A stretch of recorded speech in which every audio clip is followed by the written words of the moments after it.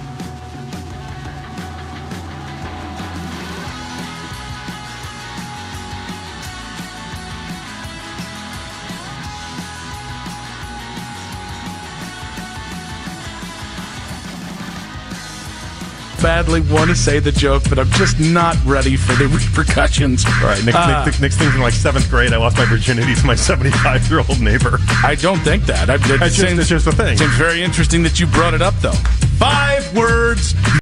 No one is here. JP, the neighbor's here.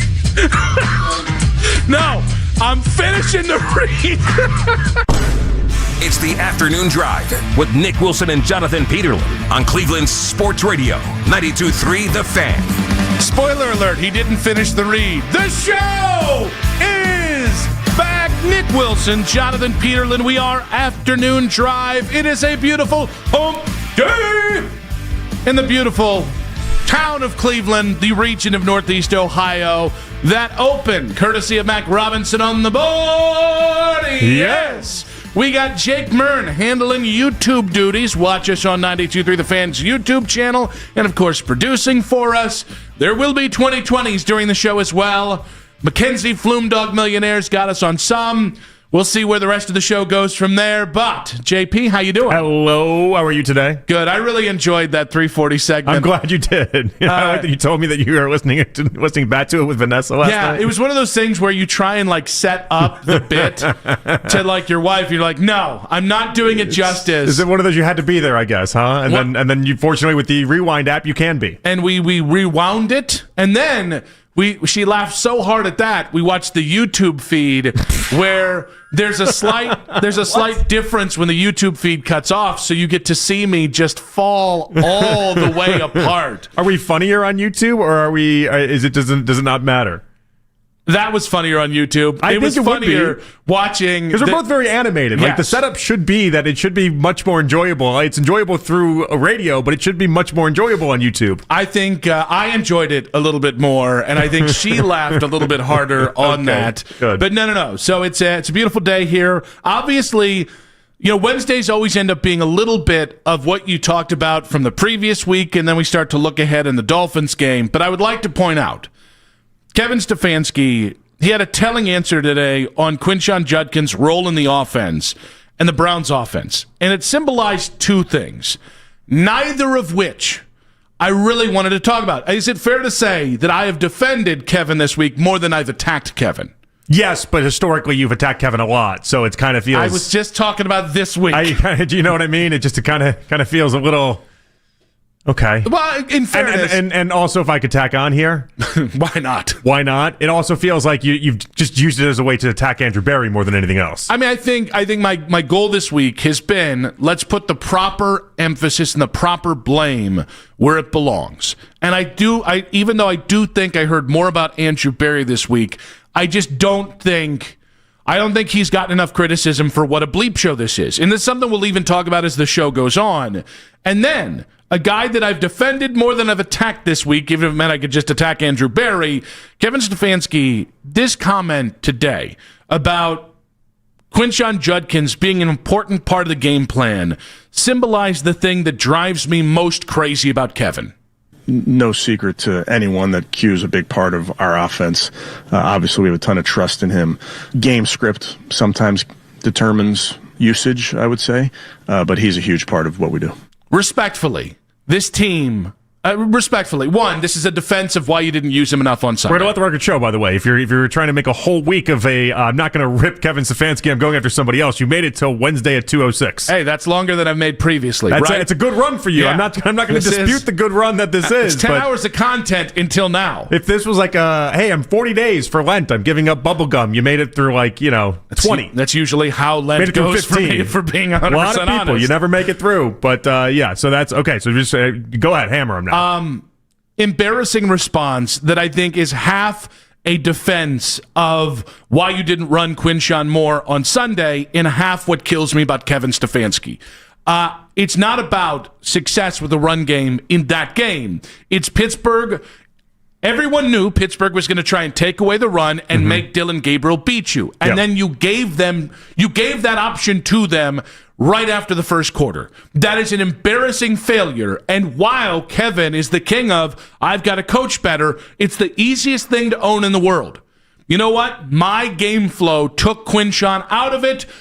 And even if you don't say that, stop defending not running him more against Pittsburgh, because it sounds worse 3 days ago or 3 days later than it did on Sunday when it sounded pretty hollow. We've heard him for 6 years, though, Nick. Can you recall on the top of your head any time that Stefanski's just laid down and said, my game plan wasn't good? No, but this is where it should be. Well, I mean, I've never heard him do that. I'd like to hear it, but I've never heard him do that. If you're truly that secure, this is a moment where you say, okay, guys, I always say I have to be better. Here's a specific cause. And what it reminded me of, and what really just annoyed me here, is one of the biggest criticisms I've had of Kevin Stefanski for 5+ years is he would rather lose his way than win the available way or the other ways you can win. And obviously, that rings true to Browns fans who watched Nick Chubb not get key carries in big games, or them go to... he got 20 carries, then the stop sign would come out. Yeah, exactly. To have limitations. Oh, and by the way, even if it wasn't Nick Chubb, okay, then go to Kareem Hunt. Which I'm interested to find out if they have the stop sign for Quinshon, too, at some point. In fairness, we've got Jacoby Brissett. How could we ever just continue to ride the running game? And listen, let's be very clear about this Browns team right now.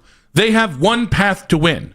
This isn't Wheel of Adventure. This isn't the Wheel of Possibilities. No, you've got one way to win, and it is putting the ball in Quinshon Judkins' hands and running it until you either lose the damn game or the game is out of reach and then you have to go ahead. And when I say out of reach, I'm talking more than 2 scores, meaning 2 scores in a quarter. Because in the NFL, a salient NFL offense can bridge a 10-point gap. But to hear him say again, wow, game flow, bleep that. Oh, game script. And game script is worse than game flow. Yeah. Game flow tells me you're paying attention to the game that you're watching. Game script tells me you had an idea going in and you didn't want to move off of it. That's a very, very good point. But this thing doesn't have to go into the bridge embankment. It doesn't. And by the way, it might end up going there, but you don't have to guide it there. And so for Kevin today to come out and talk about the game plan and talk about, Quinshon Judkins and running the ball, this whole thing, the whole thing they sold, everybody on. And what kills me about it is everybody's just lulled into this level of, well, this is always the way it was going to be. It doesn't have to be this non-competitive. Like, as bad as things are, It's never as bad as it feels, but as bad as things are, you didn't have to lose the way you lost on Sunday. Yeah, I was actually surprised when we had Albert on because I figured locally we've done a lot with this story. I thought that nationally it would just kind of just go through and then bypass people. And with Albert being like, you can't drop back with Dylan Gabriel 58 times. Like national people picked up on just how banana land of a game script that actually is. It's common sense. And here's the thing. It's not about intelligence with Kevin. Kevin is incredibly smart, not because he went to an Ivy League school, because if you listen to the guy talk, you know he's not a dum-dum.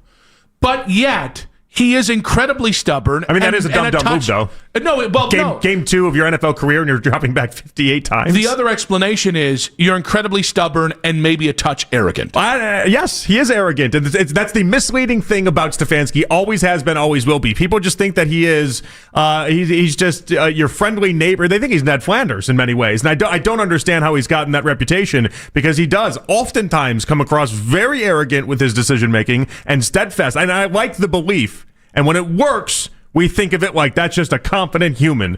But in these moments like this, it's where like, yeah, you did. You got a little too arrogant there. What I find incredibly frustrating is most of the time you can defend, we're going to pass here, or we're going to go 65-35 pass to run. Most of the time in the NFL, those situations do provide themselves. When he had it perfect in the Minnesota game, it was like 32-31. Yes. But like he married that run and the pass the way that he describes it. But that's the only way. Like they told you. Oh no, run and the pass went through divorce court, didn't they? The couples counseling didn't work. Trial separation, and this segment, at least for this week. And this segment is powered by Great Lakes Honda West. Looking to get into a new car, even with credit issues or bankruptcy, Great Lakes Honda can get you in a new car. Ask for Sullivan Rogers. He's that guy. Now, that being said, isn't that how you're supposed to say it? I'm just thinking about the people on YouTube that are seeing somebody come in and deliver you a script like for a late night talk show. Oh wait, I was going to do the David Letterman. Yeah, you had to throw it at the camera now. That did not work at all. That was really bad. Me showing my ass. That was really Never bad. should have thrown. You know what? You look I'm like not Dylan Gabriel with that. Son of a biscuit. Now, but getting back to it, the entirety of the offseason, they said we're going to get back to running the ball, play action pass off that run game. Then we're going to marry the run to the pass. And then we're going to be focused on that offensive line getting back to who they were. I know you can't control that the offensive line isn't who they were, which means they never will be again because they're a little long in the tooth. But you can control. The one thing you can control is how much do you run Stefanski Judkins? Because you've designed this to have one way to win. There's one way. You will not outthrow anyone in the NFL, right? You're not going to out-clever anyone, given the offensive line, given the rookie quarterback. Your one thing is commit to running the ball at them until they break. And when you get 10 carries in and go, I guess it's not working, you clearly decided at some point before the game you weren't going to Stefanski that same way. And that is unacceptable.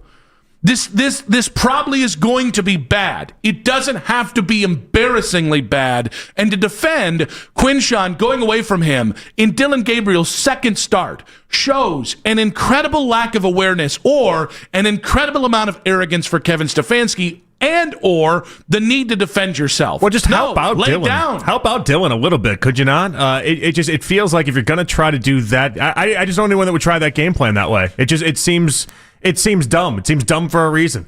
Like how did he sit in a room full of offensive-minded people and they thought to themselves, because he called it the script, that's what we're going to put out there?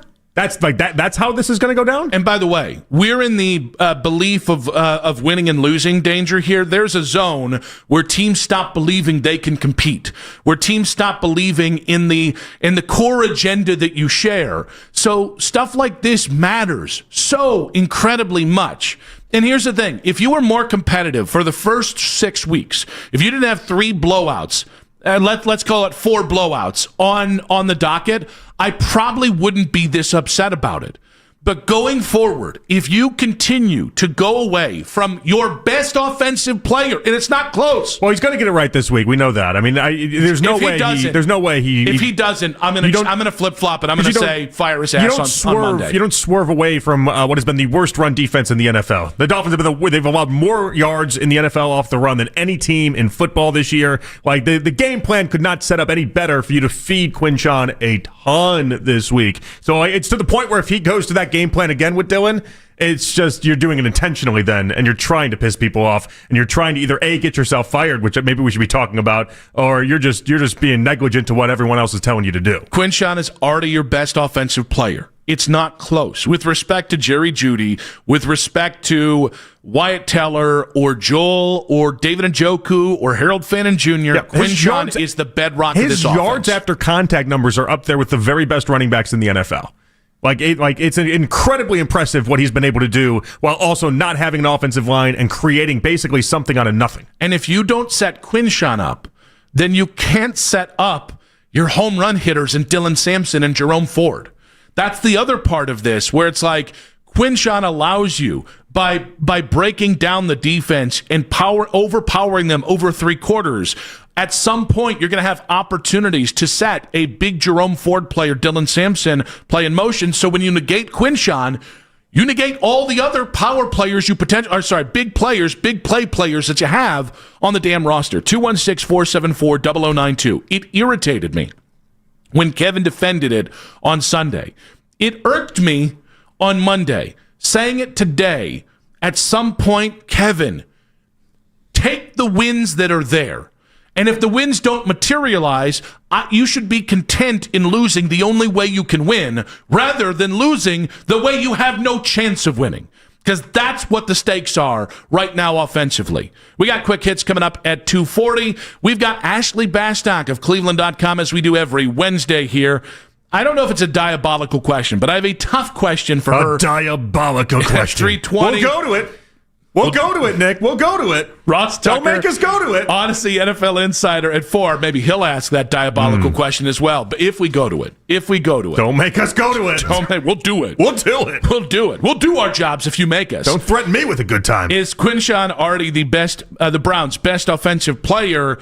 And can Kevin Stefanski defend himself yet again? What do you actually know? What do you think of Kevin Stefanski's defense? There might be a reason he did what he did today. We'll get to that with JP in 5 minutes on 92.3 The Fan. 5 words no one wants to hear.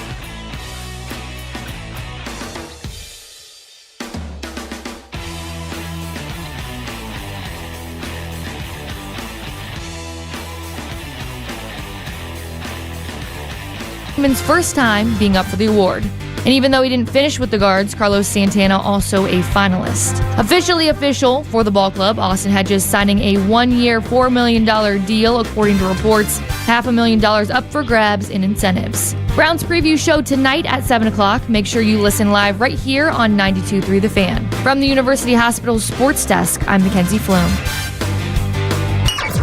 Listen to 92.3 The Fan on the Odyssey, iHeartRadio, and TuneIn app. You can listen to The Fan anytime, anywhere on the free Odyssey app or by telling your smart speaker to play 92.3 The Fan. And now you can find The Fan on YouTube, including The Ken Carman Show with Anthony Lima, 6 to 10 a.m. and Afternoon Drive with Nick Wilson and myself, Jonathan Peterlin, from 2 to 7, live each and every weekday on the 92.3 The Fan YouTube channel. Subscribe to our channel for free to watch all the best content from your favorite shows in The Fan live and on demand now. I don't listen to it. It's probably the easiest way. I grew up in Philly, a longtime listener of 610 WIP, so I understand the media role, and I understand, that for our fans, that's an important part of our interest in this game. But I also know in my chair that I'm currently sitting in that you can't listen to that type of stuff.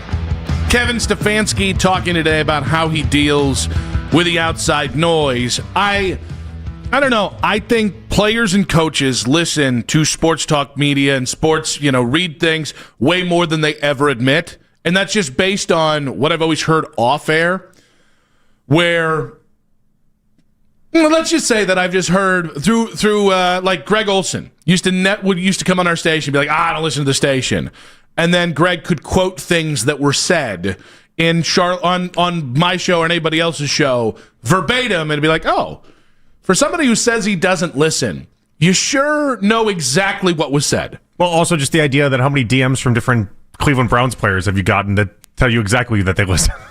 They're always in my DMs. It's been a million over the years. Give me the large one. It's been a million. There was a time a few years back where I could tell you out of everyone on the offense whether I legitimately knew if they did or didn't listen, and a large portion of the defense. Like it's just obvious. It is what it is. Now some guys are better than others. I was thinking about this earlier.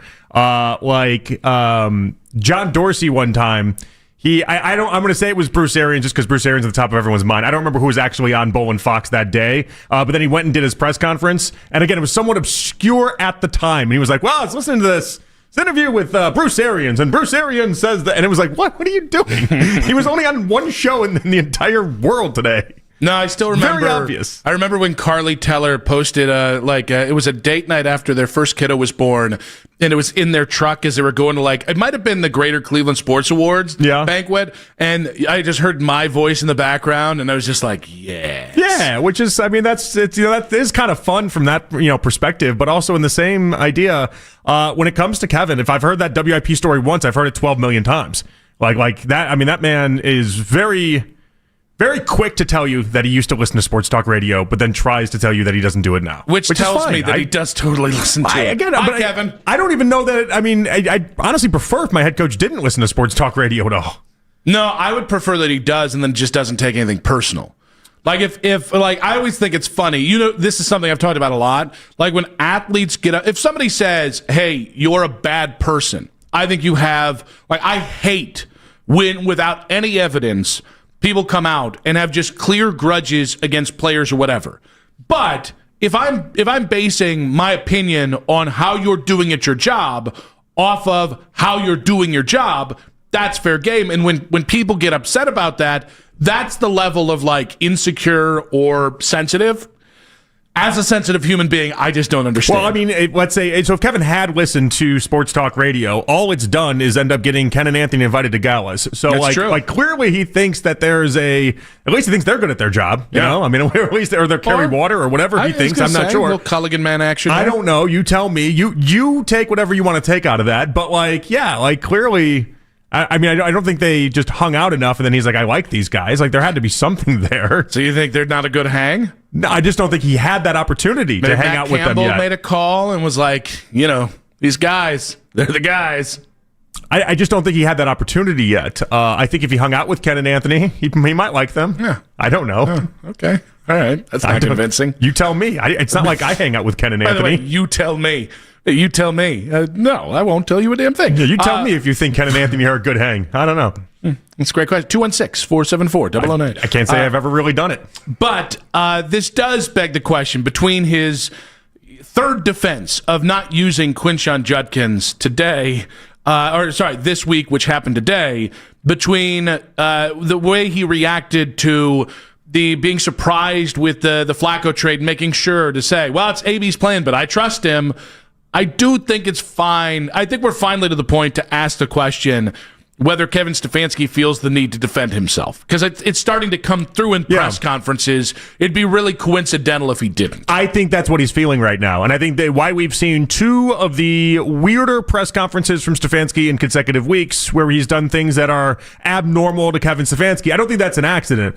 I think this is Stefanski realizing Bert and Ernie aren't married right now. Bert and Ernie are going through a problem, and he's got to try to, in his own words, be able to maybe get out what he wants while also try to save face in the process as well. I mean, listen, we're going to get into this part of this much deeper in the week because it's only Wednesday, and I don't want to exhaust the fuel of the Dolphins game all at once.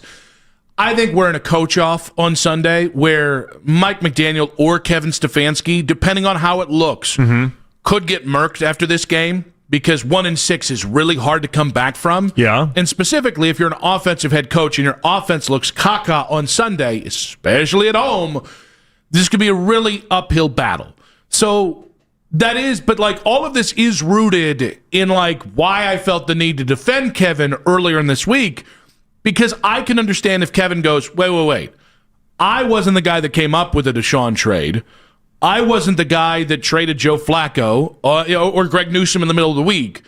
Like, I'm all for being criticized for my job. That's part of the job. I can understand if Kevin feels right now that the balances are tipped against him instead of Andrew Berea. Well, he's been asked to do what he's always been asked to do here, which is stand in line in the face of fire and in the firing squad and sit there and just take all the bullets that come your way based off of moves that other people make.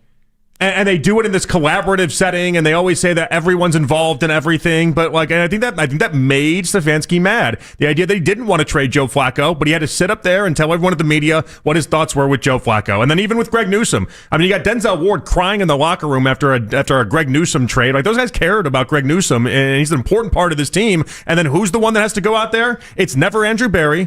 It's never Jimmy Haslam speaks twice a year. That's it. We get him twice a year. That's it. No more, no less. It's been twice a year every year for the previous decade. Like, these guys don't sit there. They don't face the music ever. Mm-hmm. It's always Stefanski. If there's any part of me that feels bad for him, and this is the job, it's what you have to do, it's Stefanski always has to be the one that takes the brunt of it. And that's why he doesn't say anything to anybody, because he knows he's always the one held responsible, and half the time it's not even his own actions that he's held responsible for. Kevin can be a reason why they failed to the degree they failed this year. And over the last, 5 years previous, and Kevin also can be getting disproportionate blame. And similar to what you said, I do sympathize with that. And I also, here's the other angle, and I know we both mentioned this in passing at points. Kevin is being set up to be the fall guy. It is, and they've had a fall guy, and this is, that goes back to Joe Woods. Every year. Baker was a fall guy. Baker, in part, was a fall guy for 2021. Now, he was an easy fall guy. But, yeah, Baker took the brunt of that team not meeting expectations and an impetuous owner and right situation. You never think you're going to be Joe Pesci in Goodfellas. You just never think your time is going to come. He should have known it. You never think that way, though. He was out. He whacked a made man. But that was the point, though, is that even him, he had to think in that moment of like, maybe something is actually coming, and then the surprise factor of it all. And if you're Stefanski, kind of feels like at any job, any job anyone's ever had, like, you get the vibe whether or not you're about to be fired. You get the vibe whether or not this is going south and this isn't going the right direction. Same thing with Stefanski. I think he's very aware to what is happening. I think he's very aware to the decisions that are being made, and I think he sees himself maybe not in the thought partner clique right now, and I think he's going to have to start speaking out the way he is to maybe try to save himself. By the way, I don't think they're saving from a perception standpoint is what I mean. Okay, like save himself from a national perception standpoint. Because if I saw one Titans fan yesterday, I must have seen 50 that immediately said, "Get us Kevin Stefanski." Did you see all those? You got a pick? You want to give us a pick? What's the price on Shedeur? Second round pick? Second round pick? Kevin can be yours. I think they were just waiting till after the season to then collect Stefanski. Right. And that was very hot in the Titans community yesterday. I know. Is it like three guys with soul patches that burn a lot of patchouli in their mom's basements. They all look like Kenny Chesney just playing guitar by the fire. The They're Titans, the guys who called Nashville my town, and then you just never see them on Broadway. The Titans, well, Broadway's where the tourists go. That's Nick, true. You would never be seen dead That's true. on Broadway. Yeah, come on now. Please. Come on now. Yeah. But they're by like the old Titan sinkhole, and they're just like, this is where the fun, this is where the magic happens. Next, they're going to tell me I just eat hot chicken. And that's it. I think this is where the struggle is, where I really do understand if Kevin Stefanski is wondering, how am I the fall guy? From his standpoint, if I just... the merry-go-round, it's been spinning, and it just stopped on his turn now. No, it has been, and this is, again, like, to me, this is like, it's almost like Baker in 2021, where it's like, you can justify Kevin being the fall guy for things like not running the ball with Quinshon and making a rookie quarterback that's a third-round pick that's a itty-bitty fella throw 50-plus times in his second game. Like, that does make it easier on the organization to pitch you over the side of the boat. At the same point, every single massive mistake they've made has been pretty much at the feet of Andrew Berry. So, like, I can empathize with a human being that's like, listen, I'm not saying I'm Bill Belichick, but in the pantheon of oopsie daisies, I think the guy ahead of me, or honestly, the guy ahead of him, Paul DePodesta, has so many more things. Yeah, but Stefanski's never going to play that game. He's too, dare I say, he's too classy of a fellow to play that game. Not externally, but do I think that is what... I think internally, a lot of people are playing that game against Kevin, and I think maybe he's waking up his eyes to that. I just don't think it's how he plays. I've never seen him operate that way, but more importantly, they're out of guys. If you want your pound of flesh, as they say, and you want to really get somebody like who is substantial that you can get rid of off of this Browns coaching staff or front office that seems realistic. DePodesta's not going anywhere because he's never going anywhere. Andrew Berry seems like he's right next to Jimmy Haslam, and he's his right-hand man right now, so he's not going anywhere. Jim Schwartz doesn't deserve to be fired. You have no quarterbacks to get rid of at this point because you've already gotten rid of anyone that matters and would actually do something for the fan base. So, it unfortunately for Stefanski, anyone of substance, he's the guy. That's it. I think Berry Bubba Ventrone's not going to be anything to anybody. I think Berry is much more fireable than maybe you think in this scenario, because I think you can reset this. The thought partners is just not working.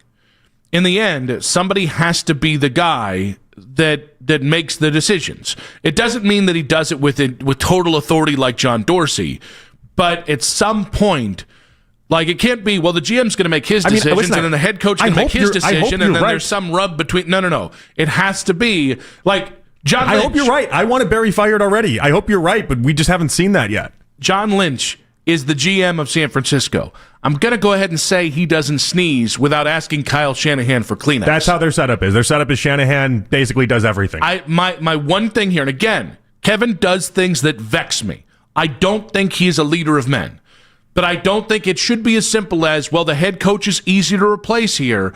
No, if we get into it, I still think Berry is a touch more fireable than Stefanski. You can find a way to rework a front office around Kevin Stefanski.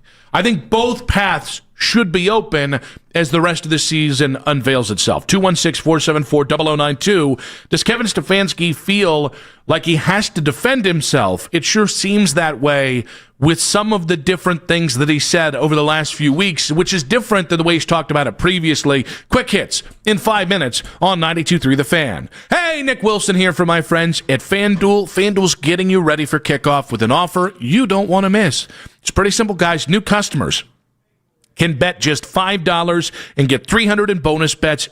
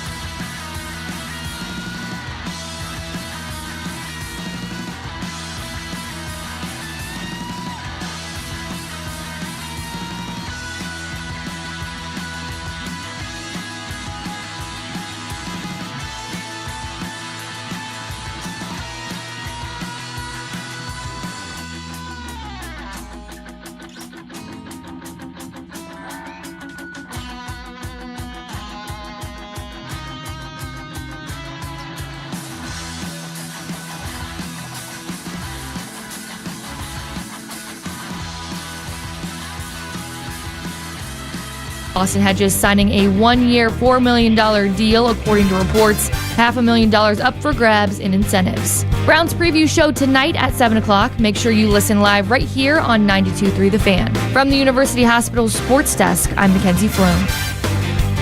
Whenever you need to talk about the Browns, we got you covered. We are Sports Radio 92.3 The Fan.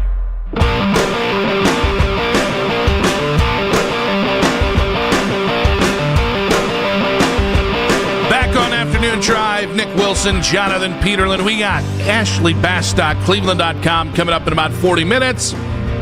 Pick her brain about Kevin Stefanski's Stefanski and Judkins comments. We'll also pick her brain about tension in Berea. Seems like people keep wanting to say there's no tension in Berea, and then we hear press conferences, and it sounds like there's tension in Berea. But let's get to quick hits. From the latest news and rumors around the sports world Angel! to the sound bites you need to hear. Hurry! It's Quick Hits. All right, this could have been a segment today. Not doing it because it's incredibly early to do this, but Jordan Reed's new mock draft came out today. Hello, new mock draft. And he has the Browns taking Oregon quarterback Dante Moore at 3 and Ohio State wide receiver Carnell Tate at 25 with a Jacksonville pick. Is this the path to fixing the Cleveland Browns? In the quarterback dead pool, so we get obviously high marks for if he goes third overall. Yes. But it's like a double bonus if he goes to the Browns as well? Is that part of it? It makes a lot of sense that it was a double bonus. It's got to be double bonus, yes. right? So, basically, bank biscuit, I win the game if this goes through this way. Well, in unless many your ways. other quarterbacks bleep the bed. Well, and they have so far, so it's on the table that they would, and they continue to do such a thing. It's the Carnell Tate thing that I find really interesting and really fun within this. Everyone loves Jeremiah Smith with good reason. But you go a big boo, as Gronk calls him, and and then you continue on, and it seems like the guy playing second fiddle at Ohio State with receiving is having a pretty good career. So I'm excited by Carnell Tate. Yeah, I'm surprised after watching Carnell now for multiple years just how complete he is, and I love the fact that you brought up Carnell played number 2 to Jeremiah Smith. Abuka played a number 2 to both Jeremiah Smith and Marvin Harrison Jr. I'll say this, though. I really don't think Dante, as great as he is, and he is fantastic. He had an okay game against Indiana. I don't think Dante Moore should come out. He's got 9 career starts. I really think, if he just waits one more year and continues doing what he's doing, I think he is a clear number 1 pick for 2027. Yeah, but if you're already the 3rd overall pick, he's just going to go for it. Yeah, I think camps need to start thinking about. I think camps need to start thinking like how teams think, where teams are like 25 career starts is the number you got to get to. Like we're comfortable after that. I think camps for these kids, knowing how much money they're making in college, need to start thinking this way too. I agree with you. I thought Trey Lance was going to be a big wake up for people after having basically a handful of starts all the way back to high school. He and even in high school didn't play much football, and then they still ended up taking him number 2 overall. And then I thought it would continue on. With more recent quarterbacks that we've seen that way as well. And Anthony Richardson coming to top of mind, right? Another guy, 13 career starts, not enough starts, and it just hasn't changed the NFL narrative. It just hasn't. Omaha! Not yet, at least. Dodgers with a 2-0 series lead now. They beat the Brewers 5-1 yesterday. Yamamoto absolutely. He gave up the home run first inning, and then he settled down and he was able to just cruise. The 3-hit complete game. They've given up 4 hits and 1 run over 17 innings in their 2 wins against the Brewers. That is a baseball record. Only time in baseball history we've seen a starting rotation permit 4 or fewer hits over at least 17 innings in the first 2 games of a postseason series, and there's a reason why they're up 2-0. What Snell did was tremendous. What Yamamoto did was being given a gift. The Brewers went completely against type yesterday.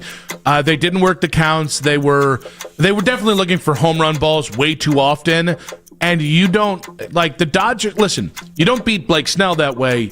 You darn sure don't even, you wait, Yamamoto's a nice pitcher. You made him look like Greg Maddux last night. Mm-hmm. Again, he was good, but he was beatable last night if you had just played your game. And the Brewers are falling trapped to that thing that I think teams with a lack of power tend to.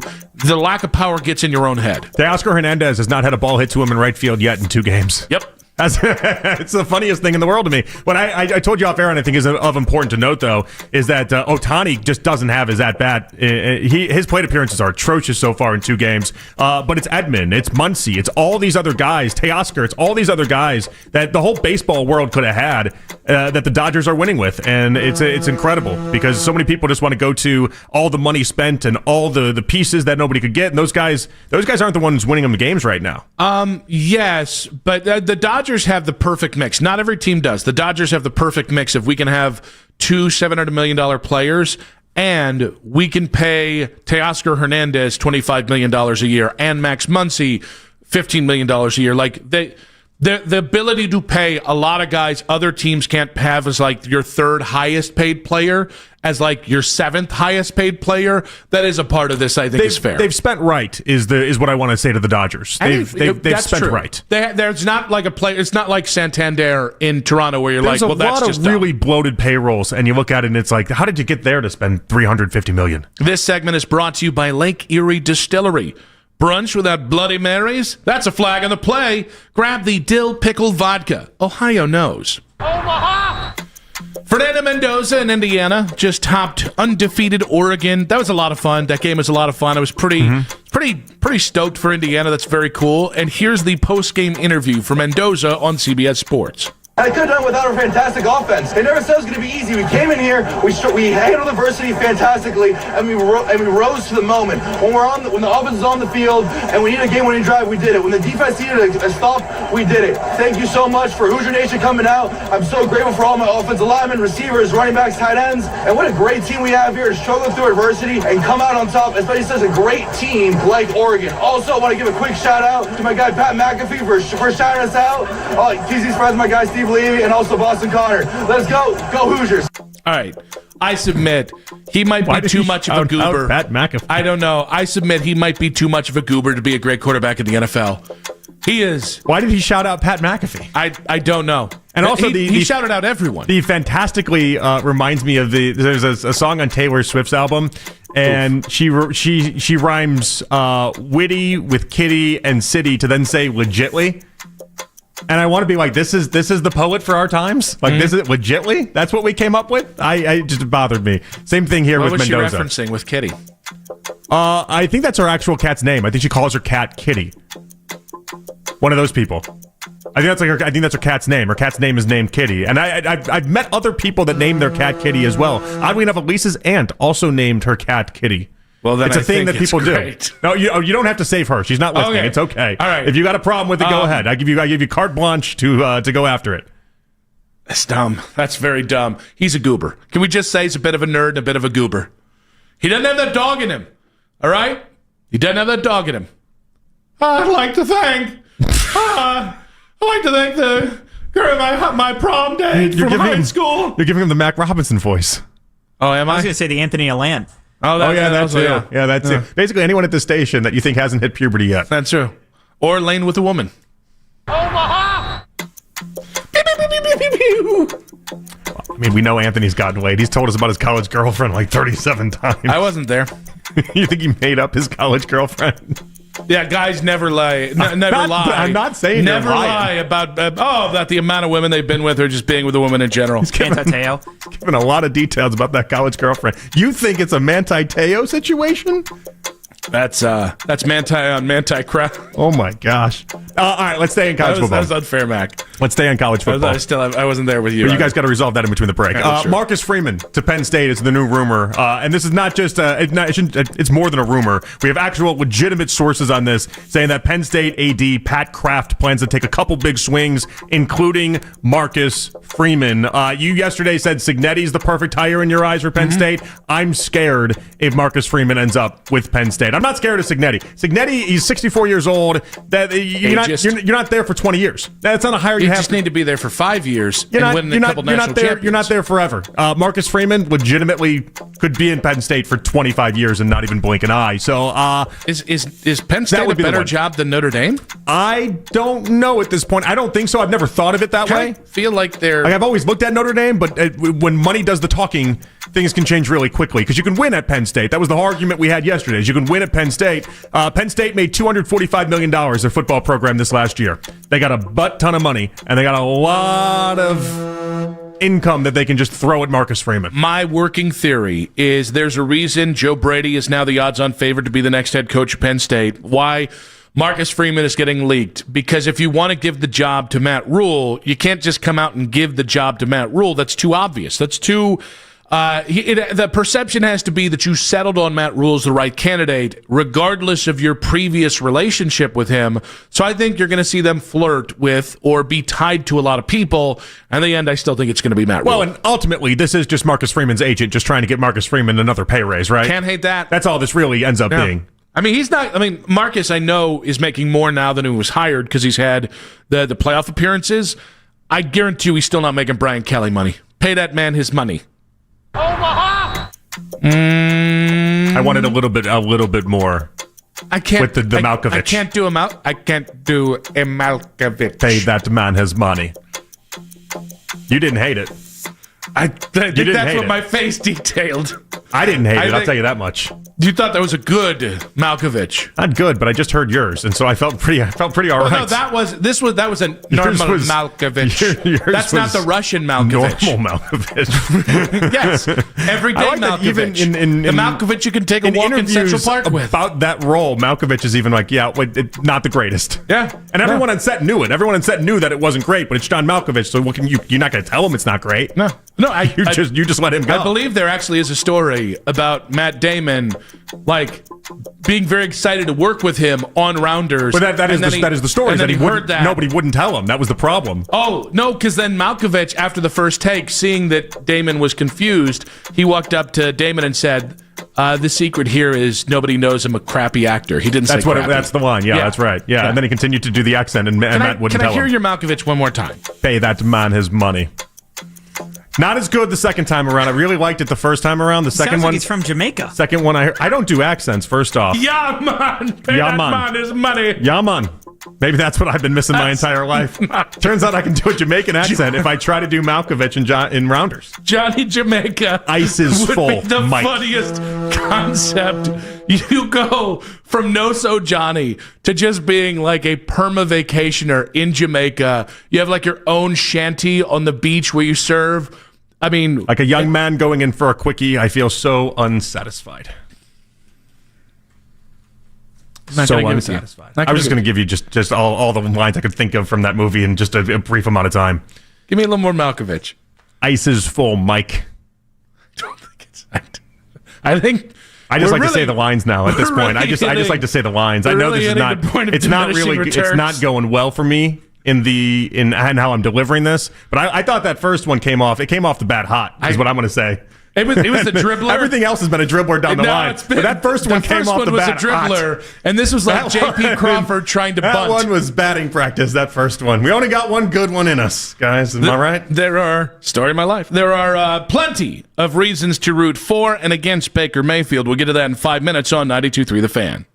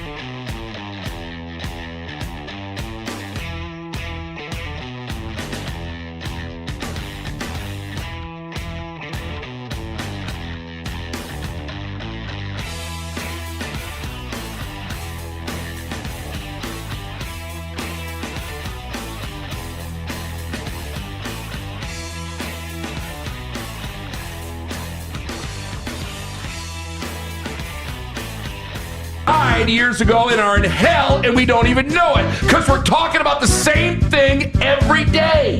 And we're looking for the same people every day. And they ain't walking through the door every day.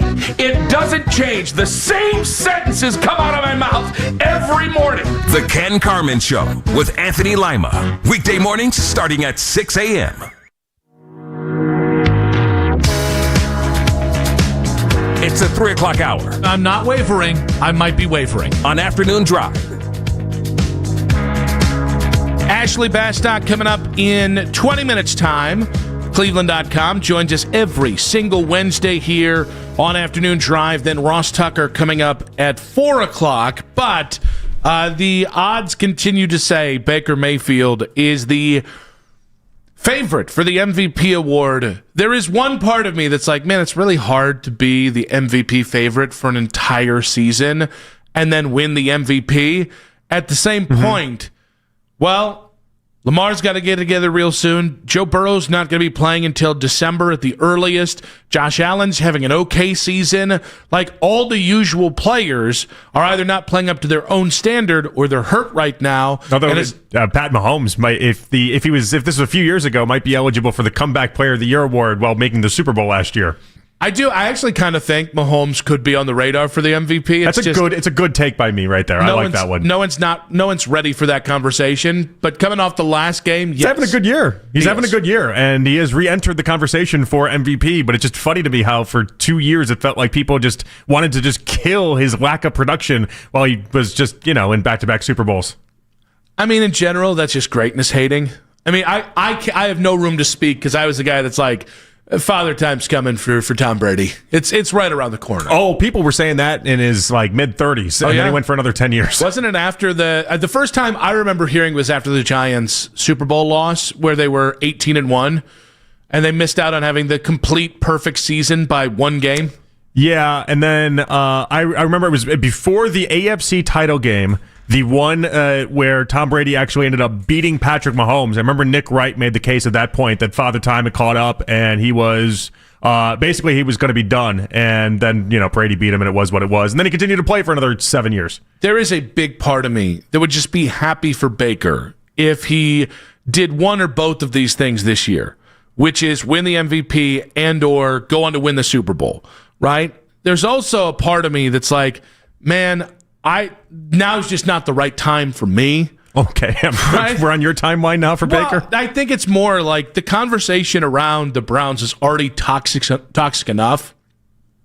While I do think Baker continuing on an MVP pace negatively impacts DePodesta, Berry, and Stefanski more than I think we want to admit, our owner has been impetuous. Our owner can be emotional. I'm going to imagine the guy he had to be talked into trading away from him, going ahead and winning an MVP or being significantly in the MVP race is going to have negative consequences for the guys that talked him into it. But it's not even just that. Like, between the Shador stuff and between the fallout of the Deshaun stuff and obviously the Baker stuff, it's not fun to be a Browns fan right now. Like, having conversations with your friends about the Browns has never had more pitfalls, right? Like, I don't know about you guys. Like, part of the reason I'm in this thing and why I was always the guy that it was like, hey, Kent Graham beat the Browns. Here was this one play we got to talk about with Nick.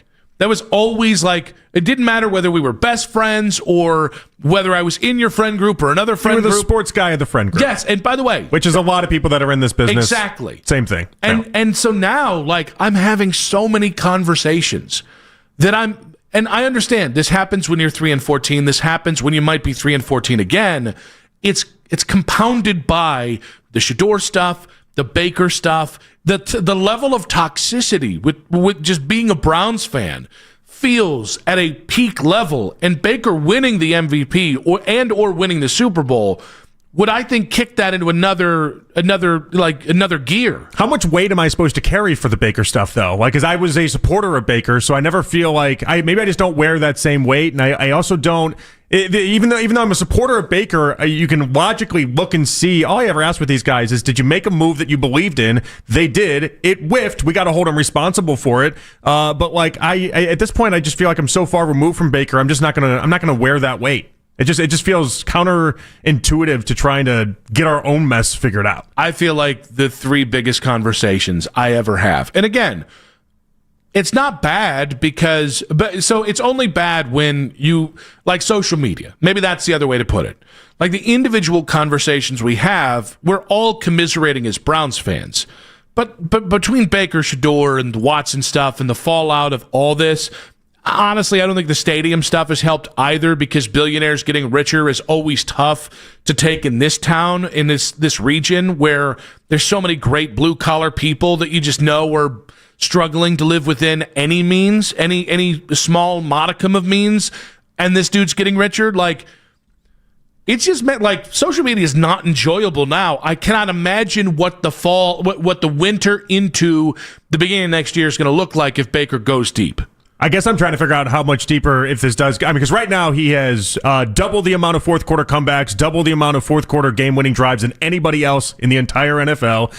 He is throwing to guys that, I mean, last week it was Cade Otton and Cameron Johnson and Tez Johnson as his receivers, as Ibuka got injured in the second quarter, and you didn't have Godwin, you didn't have Evans. Like, he is making something out of what should be nothing right now to have one of the best seasons in football. And there's just a part of me that I can't root for him to fail, so that I feel better about it all. I just can't. Yes, this is where, like, Baker is fulfilling the prophecy that John Dorsey and Scott McLuhan, all the Green Bay guys, why they raved, Elliott Wolf, Alonzo Highsmith, why they raved about Baker and why Baker was the number one pick in the draft. Piper story and everything. And listen, I do think that Baker, in his personality, challenges what a franchise quarterback's supposed to, how he's supposed to talk and act. That, to me, I love that. Because, quite frankly, I get so bored by these guys who are basically company men. Like, the most powerful player in any organization, whether he's the best quarterback in football or whether he is the 21st best starting quarterback in the NFL, starting quarterback's the most powerful guy in any organization, especially if they've been there for 3 or 4 more years. And most of them don't do anything with that platform other than, spew cliches into the microphone. So even that angle of Baker, I'm like, this is good for football because it challenges this system that is a little phony and a little stupid. And yet, I really don't want to be talking about this. And well, actually, here's the other part, because you mentioned the Brown side of this. I'm not even worried about the Brown side of it. I think that was more on your side of things, if I'm being honest. Like, Baker made me, I'm a fan for life of Baker. And, like, so if he plays the Browns, I'm rooting for the Browns, and the Browns better kick his ass. And in that game, I'll be definitely very anti-Baker Mayfield. But that's really the only time you'll find me rooting against Baker. Like, I've rooted too hard for him. I like him too much.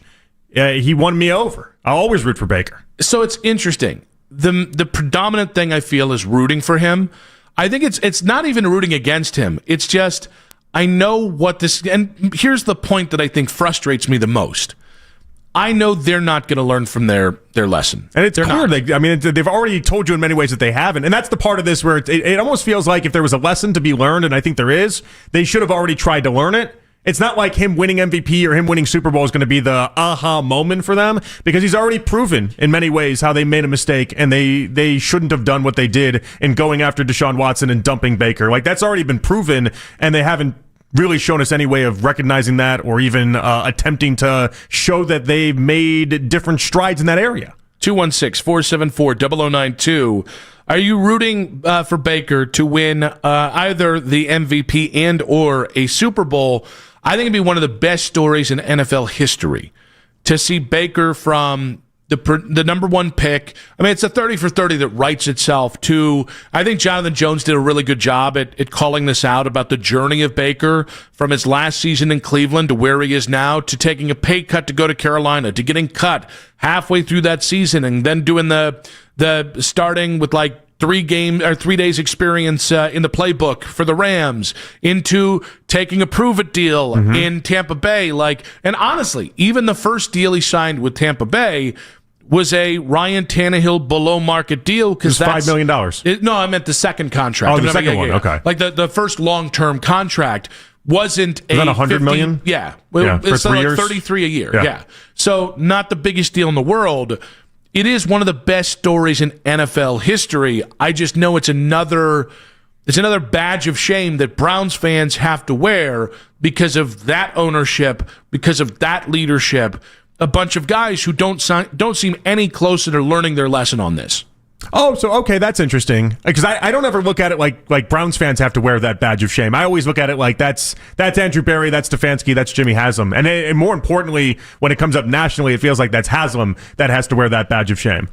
As a Browns fan, yes. I separate myself from having to wear that badge of shame because it's just I don't want to feel like there's any shame in rooting for a guy that we invested a lot of time in. We invested a lot of for a lot of us our money in buying jerseys and autographs and different things like that, and the mini helmets and all this stuff. Like if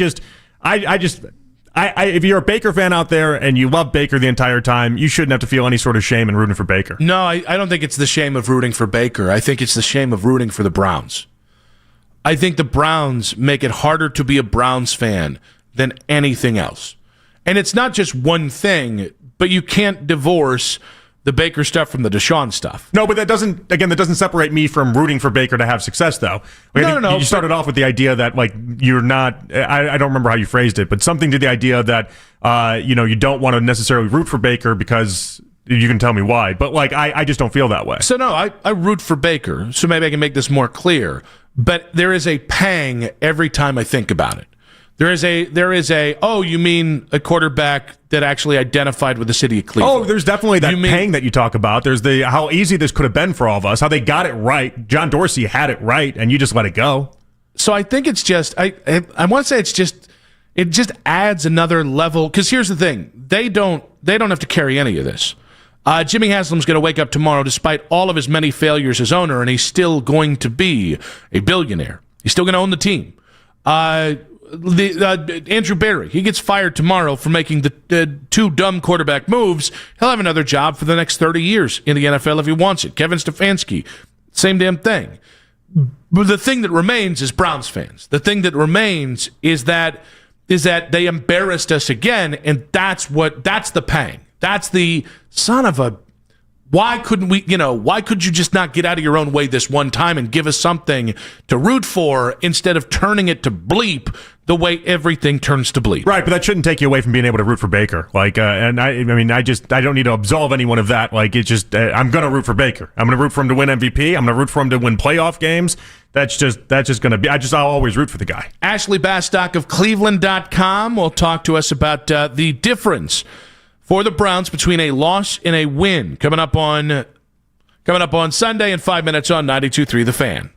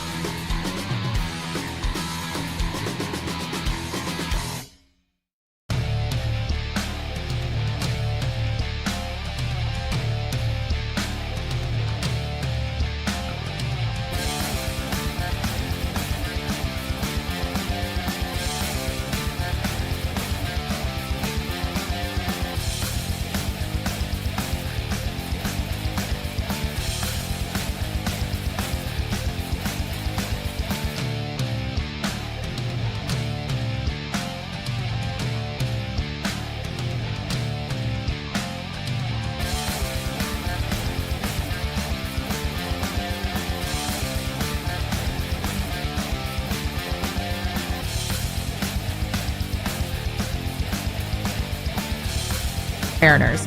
You can now find 92.3 The Fan on YouTube. Subscribe to our YouTube channel and get the best content from our shows each and every weekday. That's 92.3 The Fan on YouTube. Headline sports news every 20 minutes on 92.3 The Fan. From the University Hospital Sports Desk, I'm Meredith Kane. You'll hear the latest from Browns practice as it happens. Basket and Phelps, weekdays at 10, 92.3 The Fan.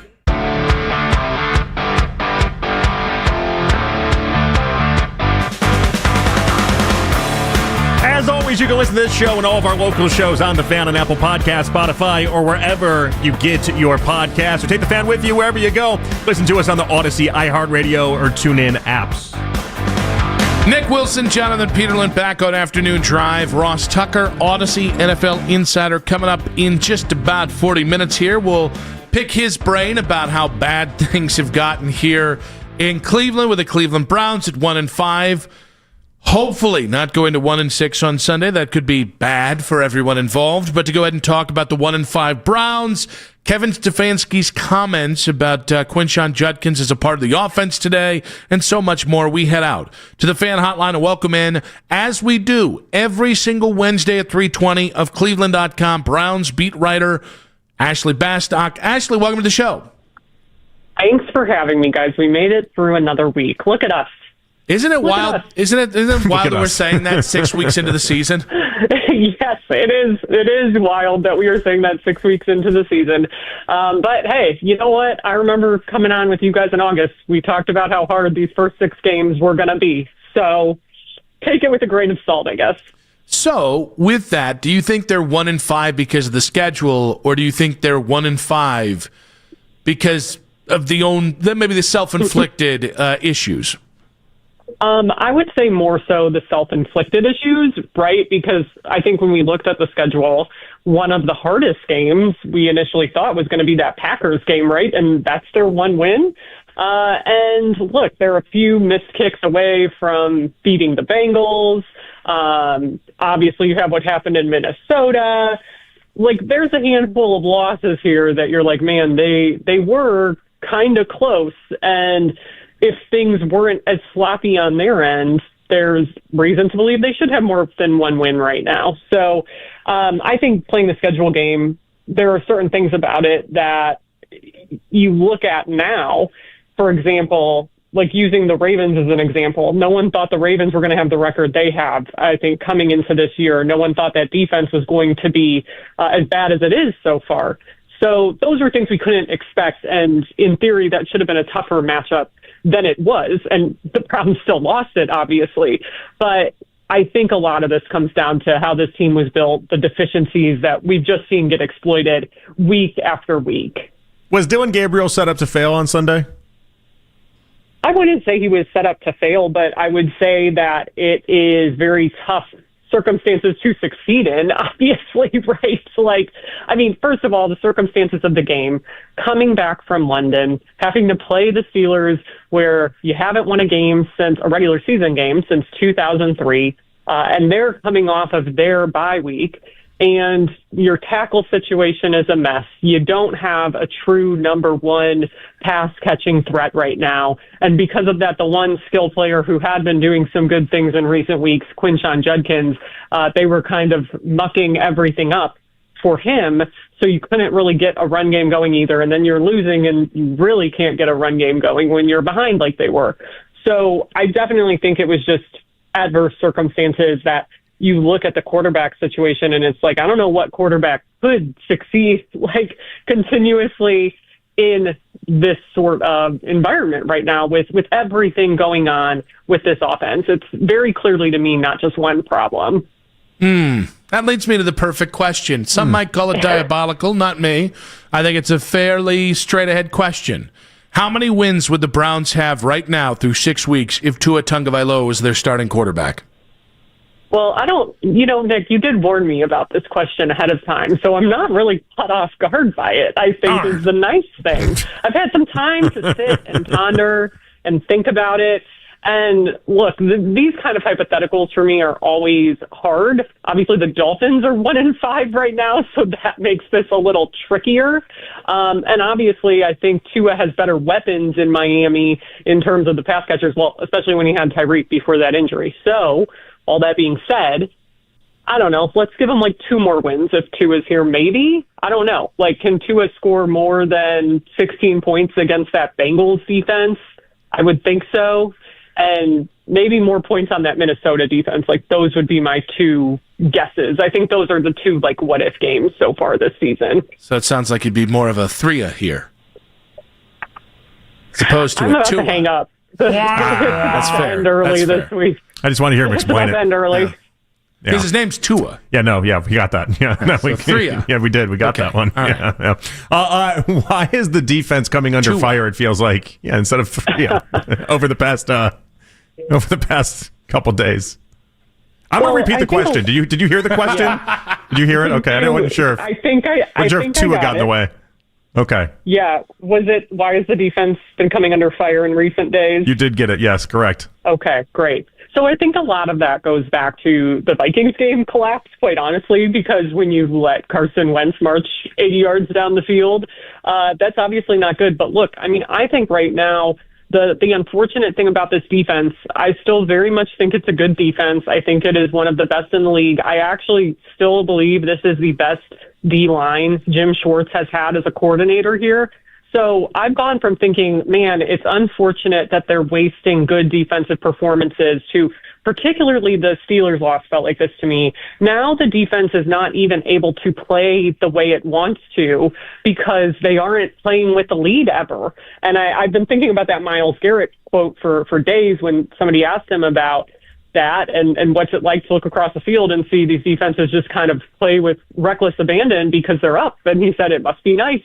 I'm like, yeah, that's like very true, because in a Jim Schwartz scheme, when it's see quarterback, get quarterback, that front is attacking, it makes it a bit harder, and it makes you less willing to take chances and play as aggressive when you're worried because you're already playing without a lead. So that to me is also like the unfortunate part of where we stand with them so far. It's kind of like what could be if they had some leads behind them to even be more aggressive than they already have been. From the Browns' perspective, what's the difference between a win on Sunday and a loss?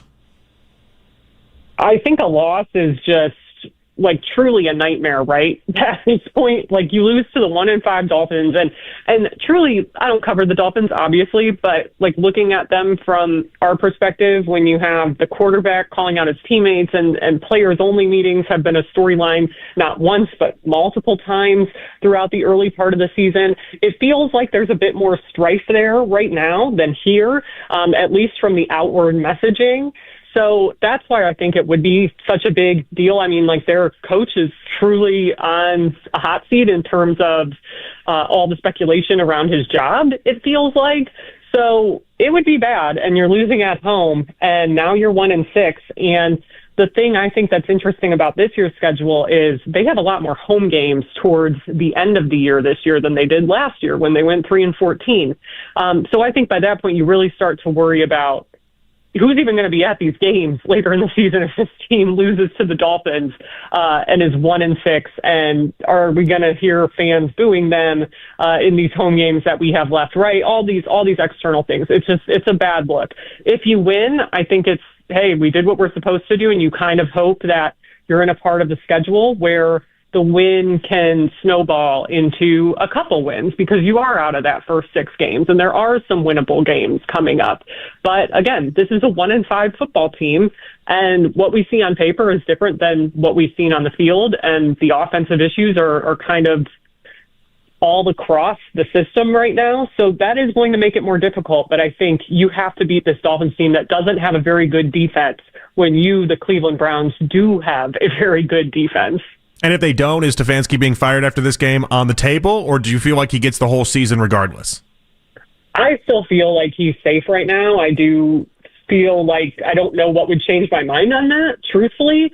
I think a lot of the chatter online after the game on Sunday probably has to do with the fact that it was to the Steelers, and, you know, historically some of those losses have felt bad. Coaches in the past have been fired after losing to the Steelers in Pittsburgh. But, I mean, I feel like they trust in Kevin Stefanski still, and I feel like he's going to be here the rest of the season right now is where I'm sitting. Do you think there is tension brewing in Berea? Maybe cracks forming in the Thought Partner Foundation? I don't know. It's so hard to say just because of what we are privy to and all of that. So it's hard for me to even, quite honestly, make a guess or speculate on that right now. Tell me your favorite thing about this Browns team right now. The favorite thing? Yeah. Are we doing there's a lot of bad. Tell me your favorite. We're doing radio therapy right now. Yeah, I want to hear the good stuff here, Ashley. What do you like about this Browns team? How do the Browns make you feel? How do the Browns make me feel? Why is it that Taylor Swift wants to rhyme Kitty City with legitly? She's supposed to be a great artist and a great writer. Well, that I can't answer to. But why did she name her cat Kitty? No, I looked into it. It was actually I misinformation by me. Oh. It was her mom's Great Dane that was named Kitty. That is correct. I was going to correct you on that. Which isn't any better, by the way. Not any better in my eyes. I found the 3 names for Taylor Swift's cats, though. Would you like to hear them? Yes. I know you would. I already know them. Off the top of your head, you know them? Yes. Impress me. Go ahead. Meredith, Olivia, and Benjamin. The full names. Meredith Gray, Olivia Benson, and Benjamin Button. Don't try me, guys. You're really good. Don't try me. So one of her cats is named after a Grey's Anatomy character. The other cat is named after a Law and Order character, and the third one is obviously Benjamin Button from Benjamin Button. That is Nick does not seem happy with this info. I know. Well, I can go back. I can get us back on the rails here, and I can get us back on the rails and talk about what I like about this Browns team, which is it's basically what I already said. It's basically the D line. Are they legitly? I do think they are legit. I think this is a great D line. I think Malik Collins is a monster, and I think Mason Graham is coming along. I am so pleasantly surprised that they finally figured out interior pressure. Just because the roster that they've had the last few years, they haven't consistently gotten that, but they are. So again, my hope is just that they can get these guys a lead. And also, I do think this rookie class continues to be good. Those top picks in Stefanski Judkins, Carson Schwessinger, Mason Graham, right? There's been Harold Fannin, so much good from those guys. So keep watching them is what I keep telling people. You just shouldn't name your animals like normal human names. If it's a funny human name, that's one. I've had a dog named Artemis. Yeah. That's fine. Animals are the opportunity to go just completely rogue. Hey, Michael, whatever. My dog is named Paulinka. Oh yeah, that's great. After that's Rob. Fun. Did you say after Rob? Yeah, I thought you said Palinka. Big DirecTV Rob Lowe. I thought you said Palinka. I was like, we got a big Lakers fan in the house. I didn't know. All right. No, but that's the right thing though. Wait, what is it named after? Paul Anka. You know Paul Anka, the singer, songwriter. You need to look this up offline. People are not going to be impressed with this conversation. It's not. Yeah, I think we're there. Hey, we're having fun. We're having fun. That's all that matters to me. When should Shedeur Sanders start? I would still right now, honestly, I think you need to let Dylan Gabriel string some games together, obviously barring something unforeseen like an injury. So I would keep him in here these next few weeks, certainly not before the bye week, which is coming up. But again, I'll stress, I do want to see Shedeur Sanders at some point because of his arm talent.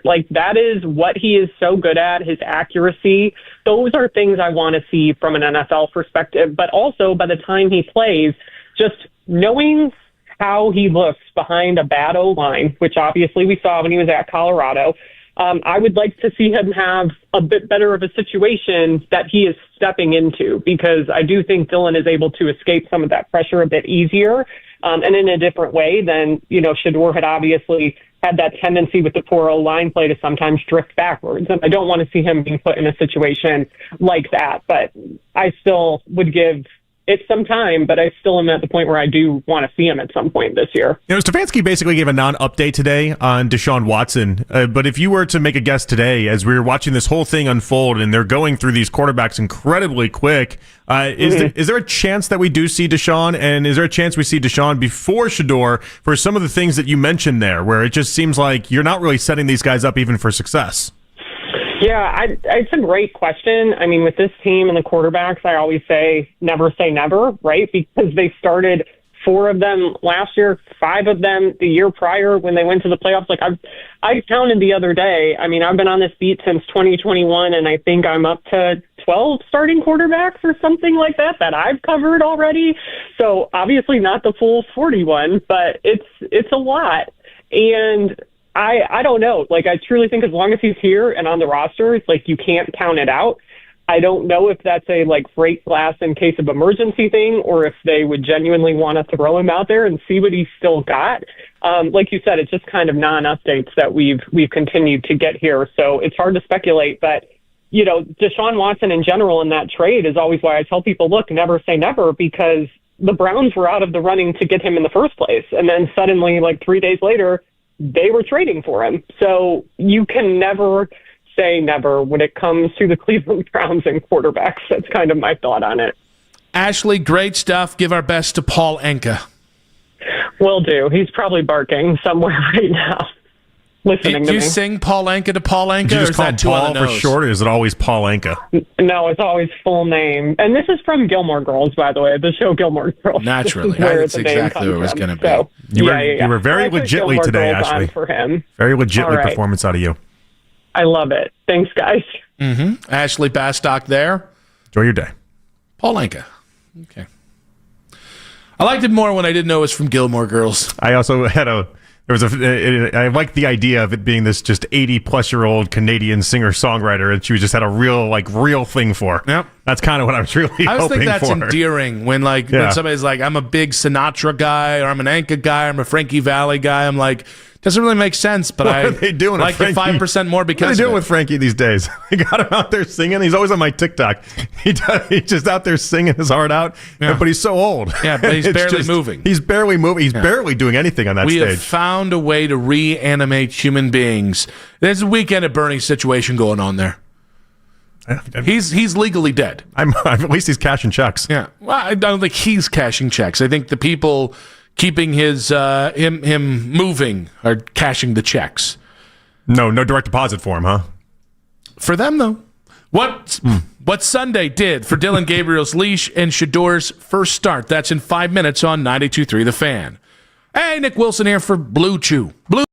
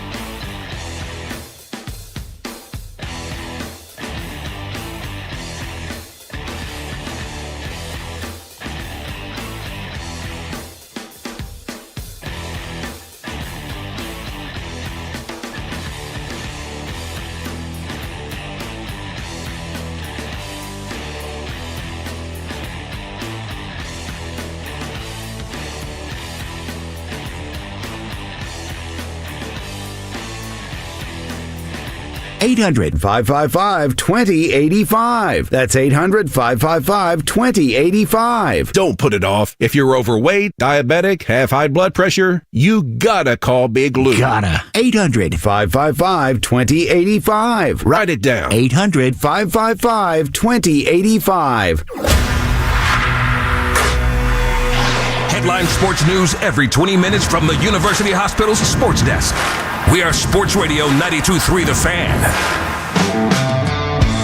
Get the latest of Browns practice throughout the week right now on our YouTube channel. Daryl Ryder recapping each and every practice and game while featuring the best highlights from coaches and players during media availability as well as on the field action. Subscribe to the 92.3 The Fan channel on YouTube now to get all the latest from Daryl Ryder and the Browns all throughout the football season. Ross Tucker joining us in about 15 minutes. As a reminder, you guys can be watching us all day long on the YouTube feed there, 92.3 The Fan's YouTube channel. You just heard JP give a rundown of Daryl on the YouTube channel, so make sure to hop into the chat, make sure to hit like, all the good things. But I really do think it was interesting to watch how quickly people ran out of hope with Dillon Gabriel. And the rebuttal that I have for a quarterback I would not have drafted and I do not believe in, that's not the game that you judge that kid off of, because he shouldn't have been put in those positions on Sunday. Agreed. That's why I've said it's incredibly hard to be able to judge him off of what happened on Sunday. And I'm not a defender either of Dillon, but I am a defender of giving everyone a fair shake at it. That's not a fair shake right there. So we're in a weird situation here where I wouldn't have drafted Dillon, and I sure as hell wouldn't have drafted him with the 92 pick. And I believe the people who say if you had taken Shedeur with a 92nd pick and Dillon Gabriel with a 5th-round pick, we'd feel a lot differently about the draft pick utilization of Andrew Berry and how he treated quarterbacks back in April. So I believe in that. So going into this Dillon Gabriel experiment, I thought, well, Kevin likes Dillon more. Give him 8 games, and that will still leave. As long as Dillon's healthy enough to play 8 games, that'll give Shedeur 5 games. It's not what maybe Shedeur fans want. It's probably not as fair of a shake as it should be, but 5 games is still enough to prove yourself, even if it's at the end of the season. After the first 2 games with Dillon, I think this should be much more of an even split. I don't think it will be, but I think it should be much more of an even split. Joe Flacco started 4 games. That leaves 13 games. It should probably be something closer to 7 games for Dillon, 6 games for Shedeur, or strike that and reverse it. Well, I mean, they look at it the same way that a lot of coaches historically have looked at the NFL, where they break it into quarters. And that's I don't think it's an accident that after the 4th game, Joe Flacco, the first quarter of the season, then got benched and told, hey, here's the clipboard, enjoy it, and then obviously traded after that. So it wouldn't surprise me if as early as 2 more weeks, if this looks like it did over the first 2, that Dillon is riding the pine and they found out all they had to find out. But I don't know how anyone looks at it and then says, okay, this is a good spot for whether it's Shedeur, Deshaun, Zappy, any of these quarterbacks to enter. If you told me 2 weeks ago Dillon would only get 4 weeks, I would be shocked. Knowing how Stefanski feels about him, knowing that they drafted him sooner, knowing that I do think that when you finally do play Shedeur, there's going to be a whole lot of the circus that comes with it. Given the fact that they've positioned him as some sort of, even though we think it's ridiculous, developmental quarterback, I would have been shocked.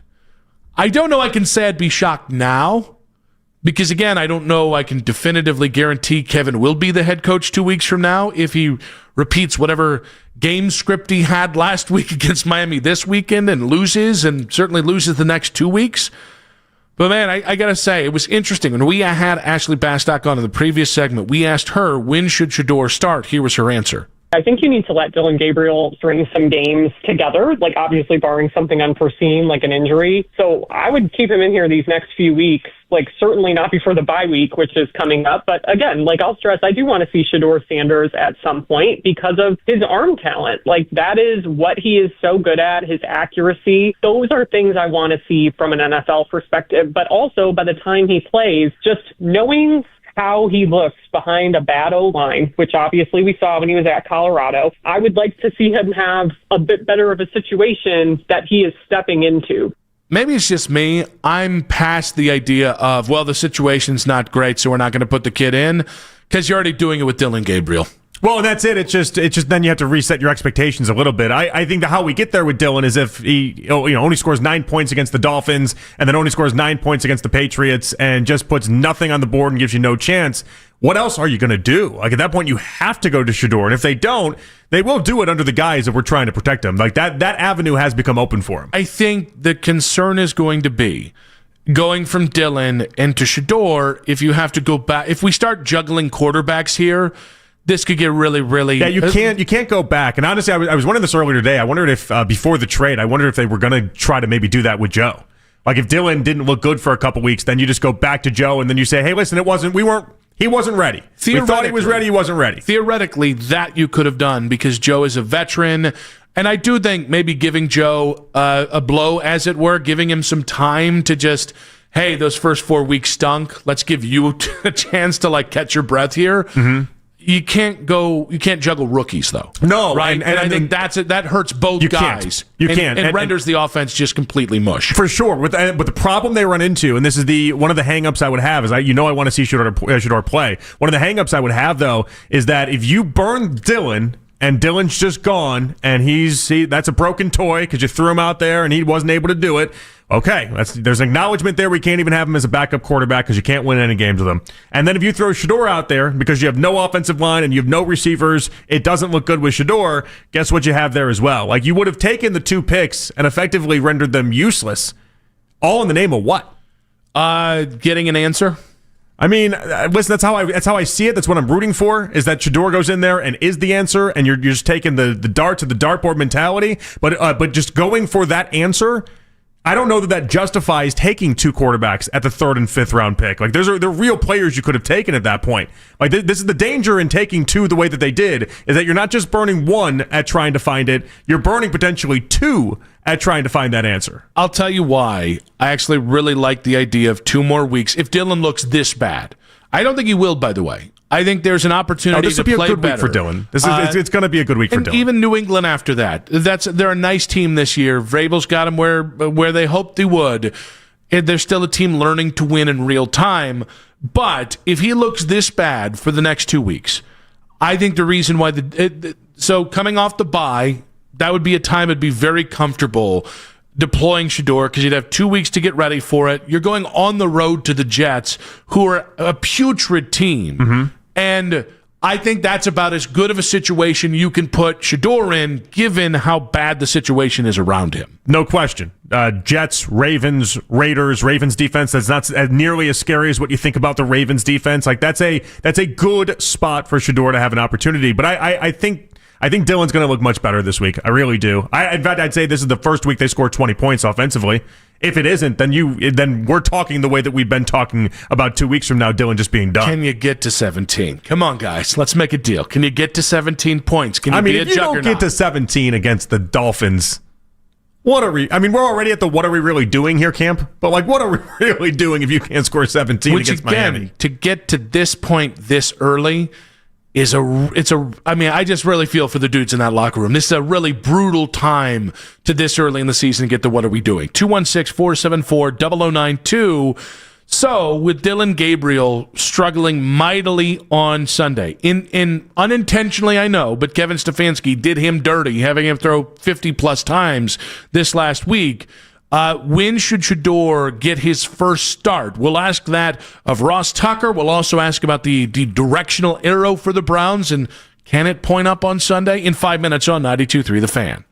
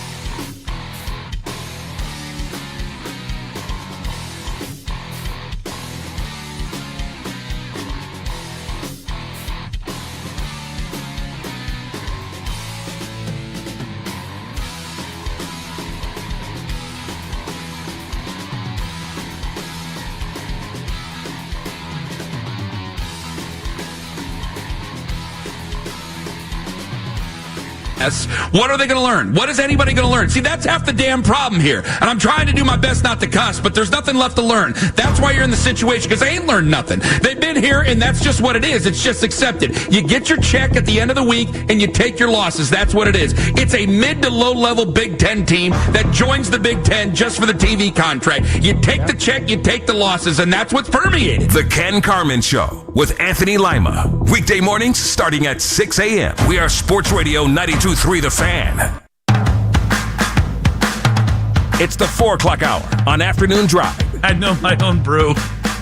Nick Wilson, Jonathan Peterlin back on Afternoon Drive. We got the lead coming up in just about 1 hour's time. The biggest and best news from the Cleveland sports world and the sports world in general. But with that on the line and that on the way, obviously we got a lot of Brown storylines. How hot is Kevin Stefanski's seat? Who's really behind the failure in Cleveland to this point? Is this all part of the plan? When does Shador start? All these things, plenty more, will be debated here with Ross Tucker.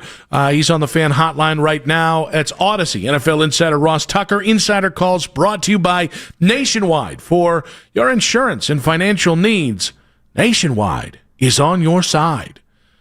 Ross, welcome to the show. Hope you enjoyed that. Yeah, what I like is the variety. I like the change up every week that I don't exactly know what's coming. I appreciate that because you have to remember what you did the week before and slightly alter it. That was a little bit different. I liked it.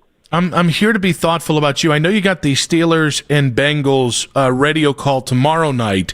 So I did actually want to start this with the AFC North landscape. Ross, do you think the Bengals have a better chance to get right and challenge the Steelers for this division, or do you think it's the Ravens who've got the better chance? Definitely Ravens. I don't think that the Bengals have much of a chance. I do think that they have a chance tomorrow night. I'm actually at the airport on my way to Cincinnati, so if you hear the crazy annoying loudspeaker, that's why. But I thought it was funny and maybe a little bit amusing that Mike Tomlin is so frustrated at Andrew Berry. I don't know why Mike Tomlin thinks that Andrew Berry should care about the Steelers and them trying to win games. Andrew Berry's trying to do what's best for the Browns, and what was best for the Browns, he felt like, was getting anything for Flacco at this point. Tomlin is maybe rightfully frustrated because Flacco gives them a better chance to win the game tomorrow night than Browning would. I mean, Flacco's not going to mess around. He throws it to Chase and Higgins, gives those guys a chance. So Tomlin, he's frustrated with Andrew Berry making his job more difficult, I guess. But ultimately, I still have a tough time seeing the Bengals being in that 9 to 11 win range that I think it's going to take, and I think that is exactly where the Ravens will end up. I know they're 1-5, but when they get Lamar back after the bye, I think they'll get a boost. I think they'll go for a run, and then the next thing you know, they'll finish somewhere between 9 and 11 wins, just like the Steelers. So I think it'll come down to the end, really, for those teams to see who ends up winning the division. So I'm interested in your takeaway with Tomlin mentioning Andrew Berry, because it's just so out of character with Tomlin there. Was it more, some people are surmising that it was more about him sticking up for Kevin Stefanski. It felt like you're reading it more as he just doesn't want to play Joe Flacco. That's correct. I don't know how he's sticking up for Kevin Stefanski when Kevin Stefanski benched Joe Flacco. You know, if Joe Flacco was the starting quarterback for the Browns, then I think that's a stronger argument. But Flacco's been benched, and I think he's just very frustrated that Flacco makes the Bengals more competitive, more formidable, and the Steelers have to play them twice. He's annoyed. He wanted to win those 2 games. He wants to get double-digit wins. He wants to win the division, and now he knows short week he's got to go against Flacco, who has made $200 million. He's 40 years old, and he doesn't care about anything. He'll just throw the ball up to Higgins and Chase, and he's going to give the Bengals a puncher's chance in any game they play. So I think Tomlin's very frustrated. I thought it was, like I said, amusing that he said that, but ultimately the Browns are going to make every tiny move they can, no matter how small or big, to get better, in particular for next year. With all this being said, obviously they're 1-5. We knew they had a tough 6-game stretch to start the season, and yet they're way more undisciplined and maybe under-talented than we thought. it feels really bad here in Cleveland with boots on the ground. You're a little more removed, not having to live in it every single day. How bad do you think things really are for the Browns? I don't think that bad. And listen, I'm not a Browns fan. I don't live in Cleveland. I don't watch every snap they take while it's happening live. I get all that. And if I were a Browns fan, I'd be super frustrated too. But I mean, welcome to the club. What do you think Ravens fans are thinking right now? They're the Baltimore Ravens. They're like Super Bowl favorites. They're 1-5. The Miami Dolphins, they thought they had playoff hopes. I mean, no offense to Browns fans listening, but out of the teams that are 1-5, the Browns are pretty far down the list in terms of preseason expectations for what they would do this year. They probably could have, would have, should have won another game, whether it was the Cincinnati game or the Minnesota game, but they also could have very easily lost the Green Bay game. I told you guys this week, I kind of feel like the Browns are about where I thought they'd be. Now, they have some real opportunity coming up this month. You got the Jets, you've got the Dolphins, you've got a bye. They could very easily win a couple games this month. I don't know if you guys want them to win those games or not, but they very easily could. I think what we know is that Dylan Gabriel looks like he belongs. I'm not sure that means as a long-term starting franchise quarterback in the NFL, but at least he looks like he belongs at a minimum. To me, he looks like he could be a career backup that is a pretty solid player in that role. Maybe he'll be more than that. And then I still see, Fannin catching balls and Schlesinger making a bunch of tackles. And, I think I think the thing that would make me the most concerning, perhaps if I'm a Browns fan, is that I don't know that the draft class for quarterbacks is as good as you thought it was going to be. I think we all know that they, kind of took a couple lottery tickets on Gabriel and Shador, and I suspect Shador will play at some point with the idea of having the extra first-round pick to get the guy next year.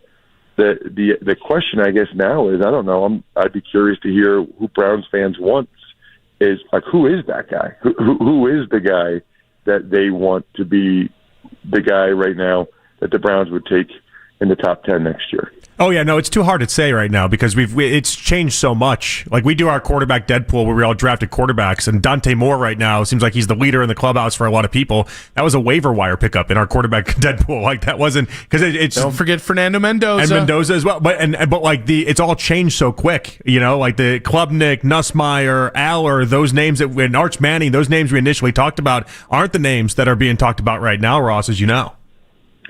Yeah, that would be disheartening. And I mean, that's the other thing. If you think about it, now you can almost compare those guys to Jackson Dart, who's done some really positive things. And so you had a guy that a lot of people thought was a second-round pick. The Giants traded up to take him in the first round. And, I don't think anybody thought the Browns should take him, with the 5th overall pick or whatever they had. Certainly not the 2nd overall pick. And now Dart's looking like, he's got something to him. I mean, I've been pretty impressed with him. Now, I don't think he has a great chance to make it through the year. I mean, he plays like a kamikaze. It's hilarious to watch. I love it. I love watching him, but I'd be surprised. I would call an upset at this point that Dart plays in every game this year. I mean, did you guys see last Thursday night? Oh, yeah. Where he's about to go out of bounds, and instead he launches his head like a missile at Jahad Campbell, the Eagles linebacker. Like, he's an idiot. I love idiots like that for a while, but he's an idiot. They found a quarterback that has the same mentality as their running back, and both guys are going to have a lot of fun, but it might only last about 5 years. Odyssey NFL insider Ross Tucker on the Fan Hotline here. Insider calls brought to you by Nationwide for your insurance and financial needs. Nationwide is on your side. Sorry, I bailed on that. Nationwide is on your side. I tried, Ross. I couldn't do it. When should Shador start? That's really hard to say, not being there, because I really don't know what progress he's made from, earlier in the season to now. I don't know. I want to see Gabriel for a while more, I think. I mean, watching his first 2 starts, I don't think he's the reason why they lost those games. Now, is he a guy that's going to put the team on his back and take him to wins already as a rookie? No, but I don't know. He looks more comfortable than Cam Ward. And I know everybody says, oh, he played 6 years in college. He's 24 years old, blah, blah, blah, blah. Well, guess what? How long do you think Cam Ward was in college? Cam Ward was at Incarnate Word for 2 years, Washington State for 2 years, Miami for a year. I mean, Cam Ward played college football forever, too. So I would say that I'm, at least in terms of looking like they belong, Dylan Gabriel's not capable of making a couple of the wow plays that Cam Ward makes as the clear-cut number one overall pick. But overall, I would argue Dylan Gabriel's given the Browns a better chance to win a lot of these games than Cam Ward's given the Titans with the mistakes. Cam Ward fumbles 2 or 3 times a game and throws a bad pick, and he does not look like he's nearly as comfortable as Gabriel. So I definitely want to give Gabriel at least this month, at least these 3 games against the Dolphins, the Patriots, and the Jets, including the bye. Let's see where they are after that. Let's see where he is after that. Between Mike McDaniel and Kevin Stefanski this weekend, which coach needs to win more? Mike McDaniel. Yeah, I still think it would be an upset if Mike McDaniel's back with the Dolphins next year, because this is a 1-5 team that has all kinds of, listen, people talk, okay? I knew for the last couple of years that the guys kind of were doing what they wanted to do there, not showing up for meetings, late to practice, things like that. Then it came out this offseason. He tried to crack down and be more disciplined. You can't do that. You can't put the toothpaste back in the tube. And then Tua says this week that players aren't even coming to his, player-led meetings, which, by the way, why would you say that publicly? You're basically calling yourself out and saying that the guys don't respect you enough to come to the meetings that you're calling. That was like a ultimate self-own by Tua. I didn't understand that at all. But the Dolphins, they've spent way too much money. They have way too much invested to be as bad as they are. I mean, they have a $50 million quarterback. The Browns, I guess, technically do, but I don't even know where he lives, in Deshaun Watson or where he's rehabbing. But the point is the Dolphins, if they don't get things turned around significantly, McDaniel's gone. I still would guess that Stefanski's back next year, but I do think how the rest of the season goes matters. If I've learned anything from my time in the NFL, it's 2 things. How you finish makes a big difference because it's the last thing that the owner sees, and also fan sentiment. It sounds like you guys or a lot of people in Cleveland are turning on him. I don't agree, but I'm not the one that comes up with that. You guys know I live in central Pennsylvania. I feel like some of these Penn State fans forget what it was like before Franklin. It was a lot of 7, 8 win seasons for a while there. They had the whole scandal. Since Franklin's been there, they've clearly been a top 10 program. The last 10 years, by any metric, any measure, they've been top 10. Now, they haven't been top 5. They haven't been Georgia or Alabama or Ohio State or Clemson, and he hasn't been able to beat Ohio State. We all know that. But that might be a careful what you wish for situation there because, they won 13 games last year, double-digit games the last 3 years, and now because they lose a couple games in a row, you fire them? Is it more likely for Penn State that they take the next step with the next coach and they're a top 5 team, like the teams I just mentioned, or that they take a step back? It's probably more likely they take a step back. So for Browns fans, if you really want Kevin out, hey, keep saying that and maybe it'll happen. My guess is the coach that you would get instead of him is not as good as he is, and that Stefanski would have success somewhere else. And I do believe he would get hired somewhere else. And then you guys would have another one of these situations like Baker Mayfield or Belichick or whatever, where someone has more success when they leave Cleveland after Cleveland gives up on them. Ross, given what you just said there, I don't think Kevin's a bad coach. I do think he's a bit overrated. It's 4-19 the last 23 games. Mm-hmm. The overall record is now well below. He's at .456 winning percentage. He's had 2 playoff appearances and going on 6 years and 1 playoff win. How hard is it to upgrade over a good coach and what I think not a great coach? Well, I think it's fair to have a conversation about whether or not he's overrated. I do think that you can look at it and say, yes, he was coach of the year twice, but then the flip side is, there were plenty of years where the Steelers were still having winning seasons with Duck Hodges and Kenny Pickett. So I can see someone making an argument that, yes, Stefanski's had some really good years and maybe some surprise years, and they won a road playoff game and all those things, but that he should have been able to find a way to win more games last year and this year. And I think that's a fair argument, and we can have that argument. And I guess if the question is, hey, if they're only winning 3 or 4 games anyway, how much worse could the next coach be? I think that's fair too. I guess the question that Jimmy Haslam would have to ask himself is, with all these young players and with getting a new quarterback potentially this offseason, would you rather have Stefanski be the guy to try to turn this thing around and work with the new quarterback, or would you rather have somebody else? And I think you could fairly make arguments either way. And I do think that fan sentiment matters. I do think, I can just tell you, I didn't have a TV game this past weekend.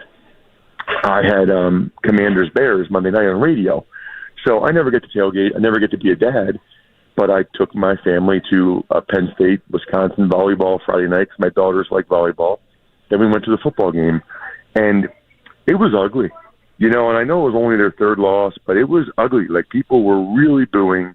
They were, like the students, everybody had just totally turned on Franklin. And I think that really matters when you're the athletic director. In college football, it's about the big donors, it's about the students, it's about the fans, the whole deal.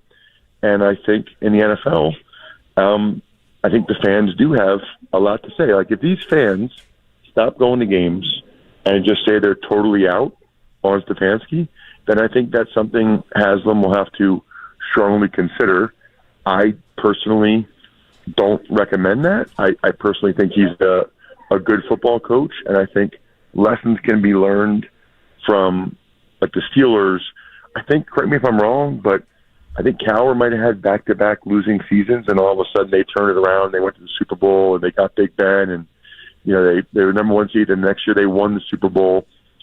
But most owners don't have the stomach to just eat it and take the criticism like the Rooneys do. So Haslam, a former minority owner of the Steelers, has to decide whether or not he's willing to take the fan outrage or apathy. I think he's actually probably more willing to take the outrage than the apathy, which is usually the case with owners. Ross, great stuff as always, buddy. Appreciate you. We'll talk to you next week, and enjoy the call for Bengals Steelers coming up tomorrow. All right, everybody listening, Nick, who are they rooting for, or who are they rooting against? You got to root against the Steelers, right? I don't know. I'm asking you guys. I don't know if you hate the other team in the state more, or you hate the. Oh no, definitely. Always hate the Steelers more, but I am interested to see if it continues to go bad for the Bengals if they sell off Hendrickson. I'm interested in that storyline. Oh no, I would be stunned if they don't. I mean, nobody likes saving money more than them. If they lose a few more, I would think that they would trade him. I'd be surprised if they didn't. Although, he's going to get a gigantic contract, so that would be a 3rd-round compensatory pick. So you have to pony up something pretty good just to get him for the rest of this year. So that's the interesting aspect of it. Ross, great stuff, buddy. Appreciate you. Later, dudes. Later, dude. That's Ross Tucker, Odyssey NFL Insider. Insider calls brought to you by Nationwide. For your insurance in financial needs, Nationwide is on your side. We'll react to what Ross had to say about the Browns situation, sitting Shador and whatnot in 5 minutes on 92.3 The Fan. 92.3 The Fan, 2020 Sports. This 2020 is brought to you by Lake Erie Distillery. Brunch without Bloody Marys, that's a flag on the plate. Grab the dill pickle vodka, Ohio knows. The 1-5 Browns will welcome the 1-5 Dolphins to Huntington Bank Field this weekend for their Week 7 matchup. Even though the Dolphins are struggling, Kevin Stefanski says they still have a tough offense. Ton of respect for what they do down there schematically. Offensively, it's built on speed.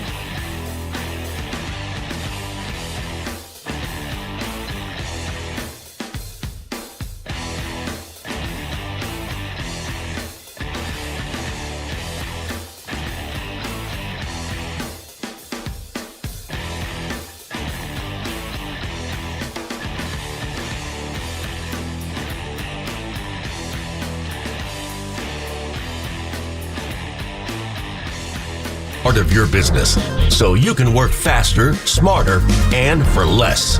Odoo, the only software you'll ever need. Try it free today at odoo.com. That's ODOO.com.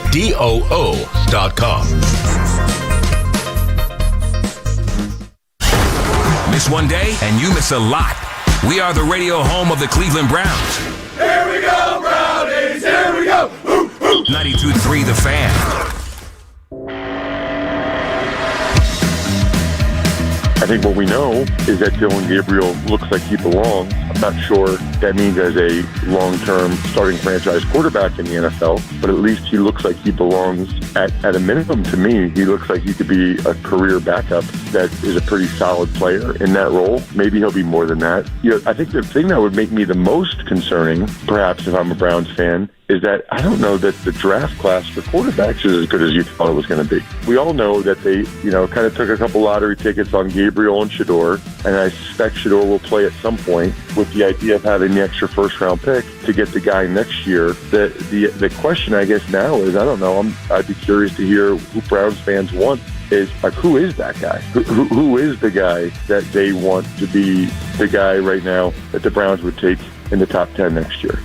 Ross Tucker live from I believe the Scranton airport there, giving us his take on the Cleveland Browns. Just next to the Cinnabon, and we can't upset anyone's sensibilities there. Maybe they could have Bojangles. I know those are in airports. I really struggle with the whole Dylan Gabriel looks like he belongs. I don't know how he got there. I'm going to be honest. Maybe he just didn't watch this last week. I just had a hard time. I wanted to almost press him on it, but then it was like, that's fine. We'll just wait until more weeks develop and play out. Like, I've given Dylan Gabriel in many respects the old Peterlin pass for last week. I think a lot of that wasn't on him. I think the Peterlin pass. There we go. And I think it's incredibly hard to even judge a quarterback off of that. But in no way was it good. Yeah, I mean, even 2 weeks ago, I think I know what's going on here. Dylan was a late third round pick that very few people actually thought was worthy of a third round pick. Most people had him as a late day 3 pick. And so maybe if you combine that with the fact that generally we don't get third round picks playing this early in the season, that it's, he doesn't look like an abject train wreck. Ergo, he looks like he belongs. Okay, so we're just not being adults about it and judging him off of what we should be judging him off of, essentially. I don't want to put that to Ross, but sure. I mean, if that's all that is. No, I mean, I do. Well, but I do think the entry point matters to expectations, right? It's why we can say Cam Ward has been an abject disaster. Well, but with Dylan, he doesn't have a lot around him, and he hasn't been awful, right? Which, by the way, again, I still don't know is entirely true. It'll just be interesting. And I don't disagree with Ross's point. It's not like the fan base has said we need this player for next year. That player doesn't exist right now. At least the name of that player doesn't exist right now. There's no consensus for who the top quarterback is next season. Yeah, and I don't think that should dissuade you too much right now because so much can change. So much changes. I'm not even zeroed in on it. But it's just fun because we do the quarterback Deadpool, and that's about it. But so much of the conversation with Dylan or Shador has been, well, you can't really grade him off this year because, blah, blah, blah, blah, blah. It's like, no, you can. You have to. You have to figure out to some degree. We saw this with Baker. We've seen this with Sam Darnold on his 4th try, becoming a really good quarterback, and Daniel Jones becoming somebody now on his 3rd team. It's impossible to have the definitive book on somebody because one context and a short amount of time frame is impossible to say this guy is X, Y, or Z. However, you still need to know where they are in their development. You still need to know roundabout what they do within your context. And the Browns did this to themselves. That's what, to anyone being like, hey, let's be patient here. It's like, that's not this was not set up for patience. This was set up with, we're going to take 2 quarterbacks out of 8 picks in a year where our best quarterbacks going into camp were Kenny Pickett and Joe Flacco. Mm-hmm. And if those guys fail, we got to look at the rookies because 2026 is where we're going to get their quarterback. The Cleveland Browns fans or the Cleveland Browns media did not put this situation in this context together.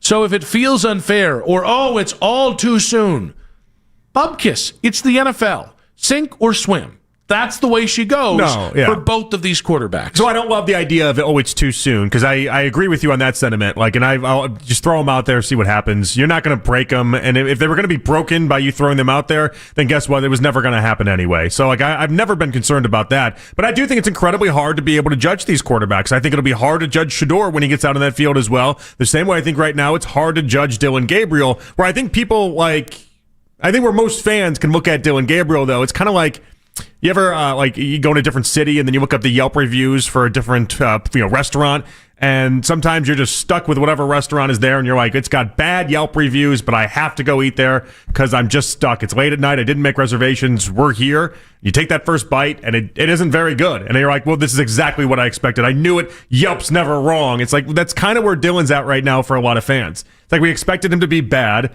and he wasn't very good, and he didn't do anything to dissuade that, and so we're just kind of living with that being the reality when there's so many things that I think are outside of Dylan's control right now. It has been interesting to watch the narrative go.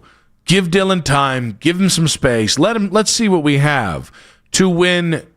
And it's not his fault, but when the play was really, really bad, I don't even think it's like borderline unplayable on Sunday. It's now begun, why don't we be patient with Shedeur like Albert Breer did yesterday with us?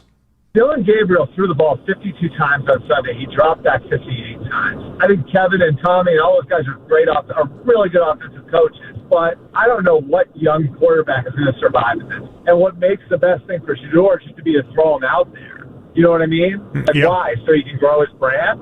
I don't know. I mean, like, I don't know. I would tend to think, like, most guys are better off sitting. And guys with the profile that Sanders had coming out are usually the ones who are best off sitting. I don't know what he means by the guys that had the Shedeur's profile coming out. I think he means played a lot of games is what I thought he was getting at. Oh, because he actually did play a lot of games? That makes more sense for him to sit? No. I thought he was making the argument the other way of, like, if you played a lot of games. Because remember, later on in the interview, he made the case for Joe Burrow, who played a lot of games, and that was where he was veering his topic to, is that if you played a lot of games, you would typically have a better chance of succeeding than not if you are thrown out there early. Ideally, in a situation where the organization had credibility left in football, they don't. Neither Dylan Gabriel or Shedeur would have played this year.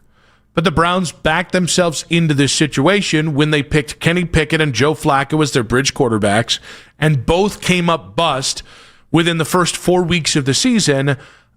And then you have the extra pick next year. Whether there's a quarterback there or not worth taking isn't the conversation today. That's the expectation. A different starting quarterback will be here, either a veteran or a rookie next year, unless Shedeur or Dylan can pull the sword from the stone. That's the stakes. That's how this thing was designed. I don't think this is a fan creation or the Shahive creation. I think people are just looking at this situation and saying 2 + 2 = 4. Sit Shedeur? Why? You didn't sit Dylan Gabriel, and I didn't think he should play right away either. No, but this is where I would tell you, and I would just kind of just reiterate and put out there that when Shedeur fell to the 5th round, this was the worry you had to have when you went through the draft process the way that you did and everything else, was that you're going to be in a spot where you once again had to overcome extreme odds. And this is extreme odds right now. No offensive line, no wide receivers, probably week 10, week 11, week 12 of a season after just watching Dylan Gabriel crash and burn. The odds are against you. And they've not made it easy to go ahead and put you up for success. And a lot of the NFL is environment. It's where you're at, and it's whether or not you're put up for success. And with Shedeur right now, he's got to overcome that for sure. 216-474-0092. Albert Breer espoused yesterday on this show that you got to be patient with Shedeur Sanders, which, again, we didn't have to be patient with Dylan Gabriel. I think patience is a luxury. You get patience if you have a starting quarterback that is worth his. And when I say his starting quarterback, I mean you start the season with a veteran starting quarterback that has a reasonable chance of playing 17 games. That's not what happened here. And the Browns themselves are the one who put this whole thing into action. And I don't know it matters about quality. Definitely does matter about quantity. Either way, it's definitely Charming or Chach, and that's in 5 minutes on 92.3 The Fan. Hey guys, Nick Wilson here for my friend.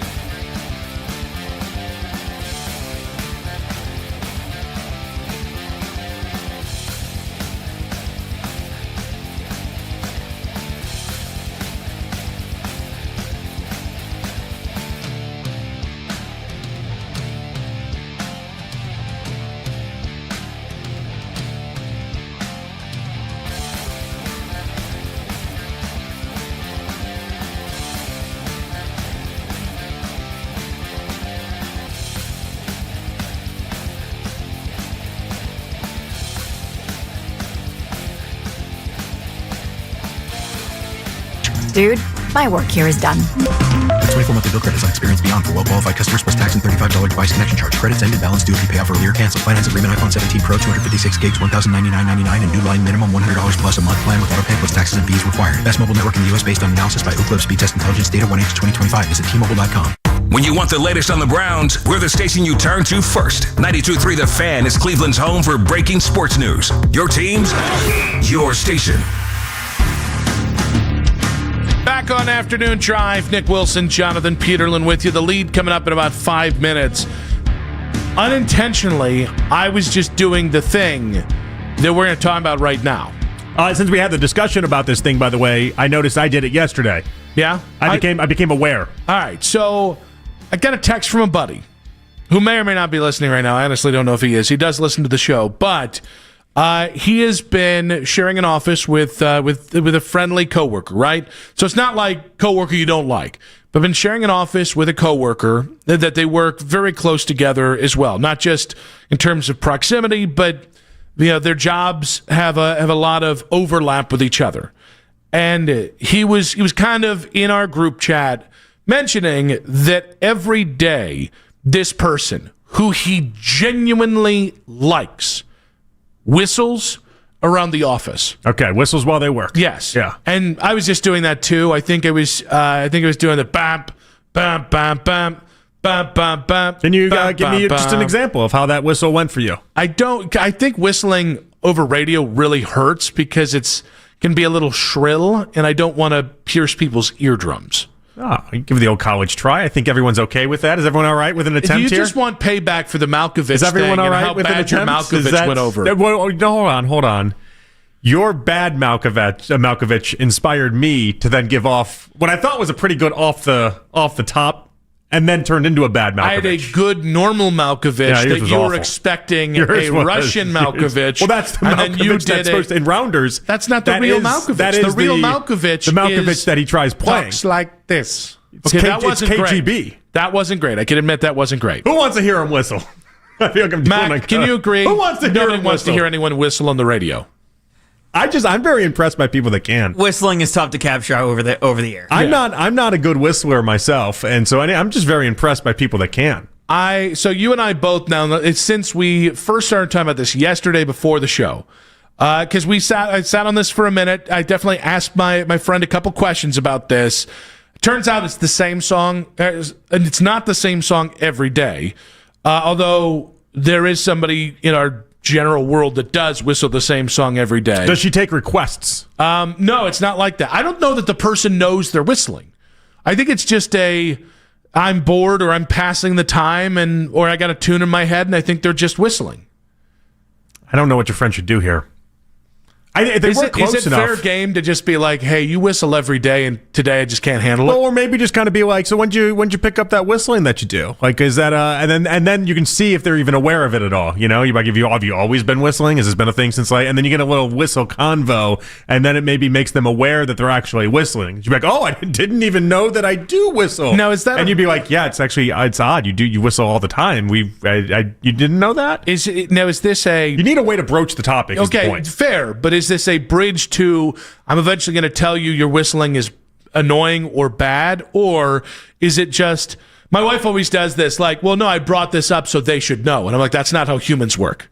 Most humans, you just have to be like, yeah, that thing that you do isn't great, stop it, right? So that's what I'm asking. Are you bringing it up to eventually get to the point where if they don't pick up, you tell them it's not good? You're just trying to gauge the awareness. Well, no, but that's the initial intent. And so you wait and then see if after they gauge the awareness, if there actually is awareness that kicks in, if the person does something or doesn't do anything about it. And then if they don't do anything about it, well, you're just screwed. I'm sorry. The person whistles and doesn't want to change their ways. You can't go back and be like, hey, remember when we talked about that thing? Yeah, it's because it annoys me. Well, no, then you run the jeopardy of what you're discussing, where you then become the problem. 216-474-0092. This is how it was posed in the group chat. Hot take. Whistling around the office should be outlawed. Not every office, this is the thing, not every office is equal. Like if you work in like a corporate office where you're all on the same floor and you got cubicles or maybe you share an office, that's really rough.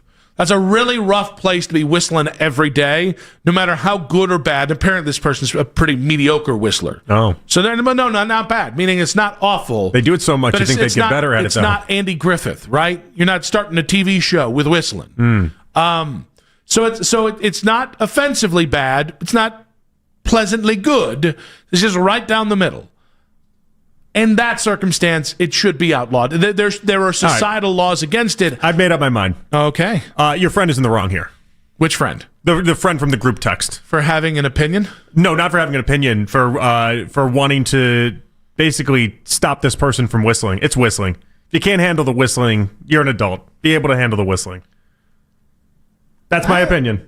You're an adult. I You don't should be think you have able. enough experience with annoying whistlers then. Clearly not. I just feel like that shouldn't bother you as much as it is. For this friend. This friend should not be this bothered by I this. kind of feel like I have to hotbox you with whistling for the next 3 weeks. I will not say a word. I promise you that. So there's no amount of whistling that I can do. This is a real danger. I don't think there is. This is a sticky wicket. But I also here. don't think you could just start singing in general, and I don't think there'd be enough where I'd be like, boy, you need to stop doing that. I think singing is predicated on is it any good? I'm very unbothered by the idea of somebody just whistling around me. If anything, in like the cubicle setting, I think it might even give me like a little pep in my step. Like, this person's whistling. All right, maybe they're having a better time than I am right now. Let's get this thing going. I think here's the thing.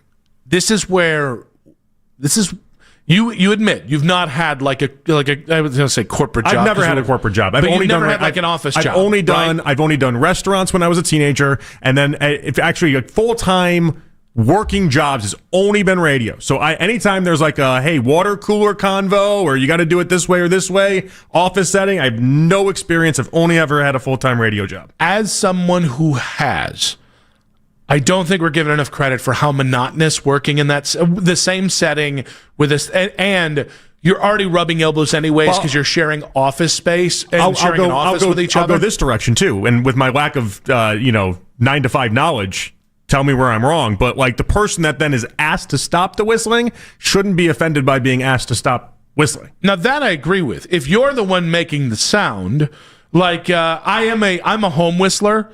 So I very much don't even intend to. I very rarely know that I'm whistling because I'm just so relaxed at home, and that's just something that happens. I get a tune and I just go. Vanessa is not a home whistler. And so when Vanessa's like, you've been whistling for like 5 minutes now, I'm so glad that you're happy, and that's a sign that you're happy, but can you please stop? I'm like, yeah, that's fair. That is fair. And that's marriage, which is already tricky enough to be like, the things you're doing are bugging me on a fundamental level. Stop it. Even then, I'm like, yes, I understand. I didn't realize I was whistling.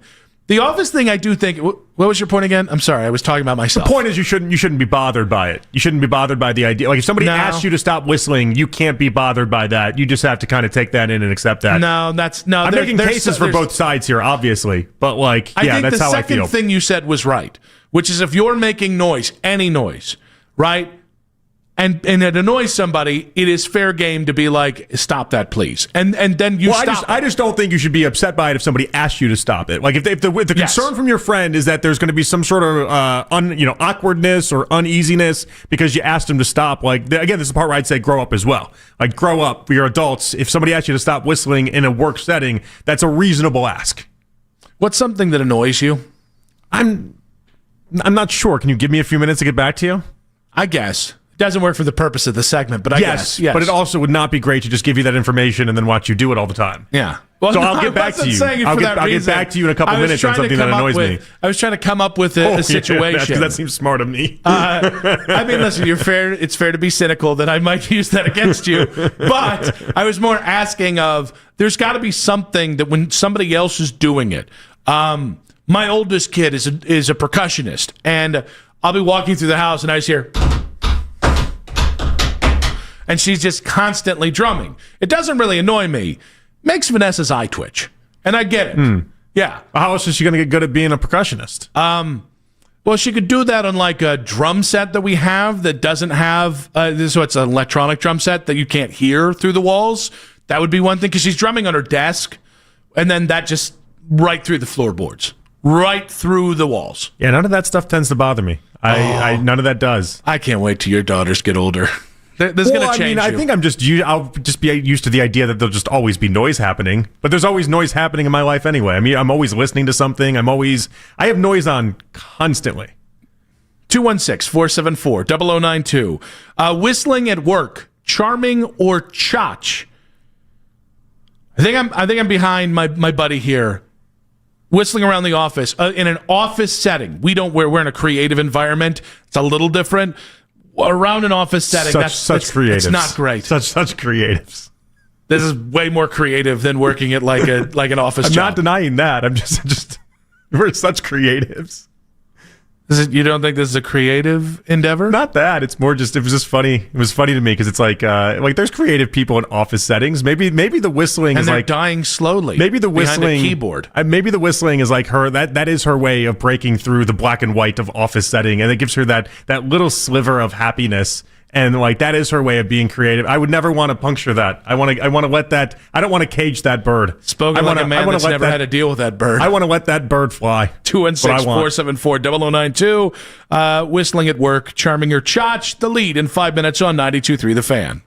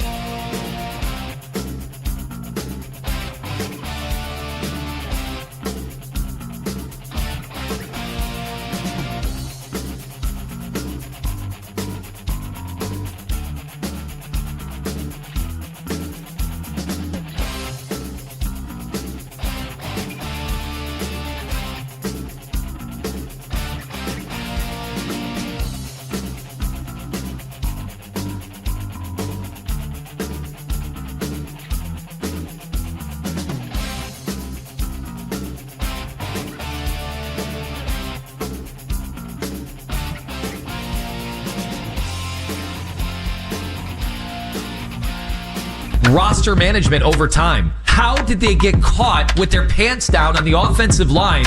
You have had how many years to see where was this getting ready for the mass turnover on the offensive line? Then you had 4 quarterbacks this year on 2 football fields, divvying up reps and having 2 separate quarterback competitions. I understand that. Hell does that make? But that makes no sense whatsoever. The Ken Carmen Show with Anthony Lima. Weekday mornings starting at 6 a.m. We are Sports Radio 92.3 The Fan. It's 5 o'clock on The Fan, and it's time for The Lead with Nick Wilson and Jonathan Peterlin on Afternoon Drive. Back on Afternoon Drive, we have much to get to. Obviously, we've talked a lot about the Browns quarterback situation, but is the season salvageable? Some say yes, many say no. That's coming up in about 20 minutes here, but let's get to the lead. Kevin Stefanski spoke to the media today. He was asked about Quinshon Judkins' involvement in the offense after getting just 12 carries last week. No secret to anyone that Q is a big part of our offense. Obviously, we have a ton of trust in him. Game script sometimes determines usage, I would say, but he's a huge part of what we do. Well, I can tell you one thing. He's not going to have just 12 carries this week, barring injury or something like that. He's going to be able to run the ball a ton. I would think when Rico Dowdle goes for 240 yards against the Dolphins 2 weeks ago, I would think the Browns are hip to the idea that the Dolphins can't stop the run game. I like when Kevin Stefanski said it's no secret, and it's like, it might be a secret to you, Kevin, or at least to your game script this last week. This reeks of, I'm still trying to defend rushing Quinshon Judkins, 12 carries against the Pittsburgh Steelers in a game that, I joked about it. When the Steelers got their first field goal and they went up 3-0, I was like, do you think the Browns can come back from this 3-0 deficit? And then Kevin Stefanski kind of proved my damn point by going away from Quinshon Judkins, because get this, they did a good job of bottling him up on the first 10 carries. It's kind of not how running the ball works. And listen, if there was another avenue to win that was obvious, right? If they actually could run the screen game, if they had misdirection or creative plays, okay, there's another thing. If they could pass the ball consistently farther than 5 yards down the field, that would be another great way to win football games. But the only one way you've shown you can do anything at any level, at any point offensively, is running Quinshon Judkins. And I understand, Quinshon has not broken a lot of big plays yet. We'll see if he can do that. That was one concern with him. Does he have the giddy-up gear in the NFL? But right now, and especially between the tackles, there's one guy you got, and it's Quinshon. And going forward, it's going to make your offensive line better because they're actually run blockers and they're not great pass blockers. It's going to set up the play action. It's going to set up more opportunities to get Dillon Gabriel on the move. Going forward, there cannot be another, this year, specifically to this year, there cannot be another game where you give up after the first quarter on the run game, especially with Quinshon Judkins, because you're giving up on winning that game because that's your only path to win. Kevin tried to defend himself again. It cannot be defended. He has to be better, because if not, you're handing people the keys to run you out of town. Zach Jackson of The Athletic on the morning show today. He talked about Dillon Gabriel's runway as the Browns starting quarterback. I think Dillon Gabriel's going to play for the foreseeable future as long as he's healthy. I don't think there's any intention to play Shedeur until a certain point, and I know that there's no chance that Watson is healthy enough until a certain point. So mid to late November is the earliest that he will be cleared to return to practice. And even then, I think there's almost no intention and almost no chance that he gets to the field. But we're still at least a month away from that part coming. And obviously, when you made the trade of Joe Flacco, you moved everybody up. Specifically, you went with the 2 rookies, and we were all surprised that they didn't promote Bailey Zappi. But yeah, I think we will see Shedeur. I've always thought that, but I didn't ever think it would be before December.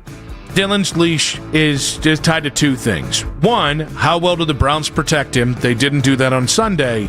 And 2, how well Dillon plays overall. And those things are very much interlocked, and that's another reason, to go back to 1, why it's so important to run the ball with authority and conviction. Because if you expose Dillon Gabriel, he's not going to get a chance to get out of his block. And so if Dillon has 2 more games the way he did on Sunday, I think he's got 2 more games left. Yeah, you can't score 9 points and expect to keep your job. You just can't. If Dillon looks closer to the guy he was in his first game, fine, adequate, a non-offensive shoulder shrug, man, however you want to draw it up, I think he probably has at least another 2 games on the other side. That recipe, I mean, honestly, I think that's what Stefanski tries to do in a game. That's what made last week so surprising. 2 weeks ago, he married the run of the pass. He did everything he likes to say he wants to accomplish. And then last week was as if he just got drunk and threw all his plans out the window. Yeah, this would be more of a hit it and quit it engagement between the run and the pass. Yeah, HIQI. Any 2000s kids familiar with that concept? What up? I never called it HIQI. I didn't. Believe it or not. A girl I went to high school with did, and it broke my ankle. So I was like, what was that? Did she come up with that herself? I don't know. I don't remember anyone calling it HIQI. No, I don't think she did. We definitely referred to hit it and quit it a lot. But we never did. We never were like, hey, you HIQI her? But see how wordy that is? I died. That's a mouthful. I died. When she said it, I died laughing, and I thought about that for like a week after. She was also one of the popular girls. She happened to also be quite pretty, and it was in like normal context of a conversation, and I think it was about her and her boyfriend at the time. Not literally, that's not what I'm trying to say. Show me your tricks, big boy. And I just have never forgotten it. HIQI, baby. There's some weird ones. I remember in college, this girl sent a text to a buddy of mine, and it was like it was like an I emoji, and then it was YQ. And he sat there and was like, what the hell is she trying to tell me? I don't know what this is. And I'm like, I like you. That's what she's trying to do. I like you. But it's IYQ. And it's just, sometimes people got a lot of time on their hands there, Nick. Ladies, let's remember, men are dumb. Just come out with it. Oh, we had a whole group trying to figure that one out. Don't get clever with it. We had a whole group, and I'm like, it's I like you. I think it's I like you. It's basically, I think we're safe to say I like you. I think that's what that is. It's are you sure about that? It's the plot from the. Sure about that? What was the movie about? Oh my God, the nuclear bomb. Oppenheimer? Yes, that's basically Oppenheimer, but with the text decoding. Ashley Bastock at Cleveland.com. Basically Oppenheimer. Joined us at 3:20. We asked her what's the difference between a win and a loss for the Browns on Sunday. I think a loss is just like truly a nightmare, right? At this point, like you lose to the 1-5 Dolphins, and truly, I don't cover the Dolphins, obviously, but like looking at them from our perspective, when you have the quarterback calling out his teammates and players only meetings have been a storyline not once but multiple times throughout the early part of the season. It feels like there's a bit more strife there right now than here. So it would be bad, and you're losing at home, and now you're 1-6. If you win, I think it's, hey, we did what we're supposed to do, and you kind of hope that you're in a part of the schedule where the win can snowball into a couple wins, because you are out of that first 6 games, and there are some winnable games coming up.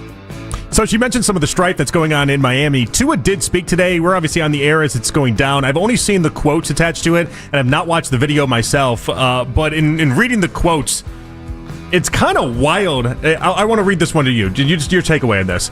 He goes, they know my heart, the intent was right, but when things get misconstrued or however the media wants to portray it, that leaves a void of silence and a lot of questions for the guys in this team. It's the media's fault. It's the media's fault. Yeah. Tua, take responsibility. What is this? He just puts it on the media? Listen, the media made him say those things into that microphone and say it in a way that might have been different than how his heart intended, clearly. It's just so dumb. I get what he was going for, but I just thought that was the weakest trying to get an out there. You went to the podium, you put your name on it, you aired out the dirty laundry.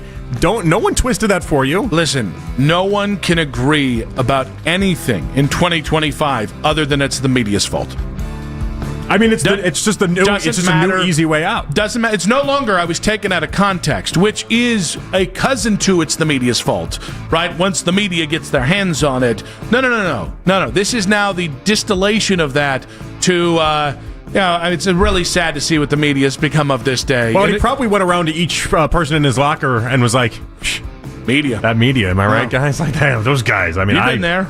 You know how it is. They're relentless. How dare they? I think it's probably tough to truly quantify the difference between a 2-5 Browns team and a 1-6. What was that first?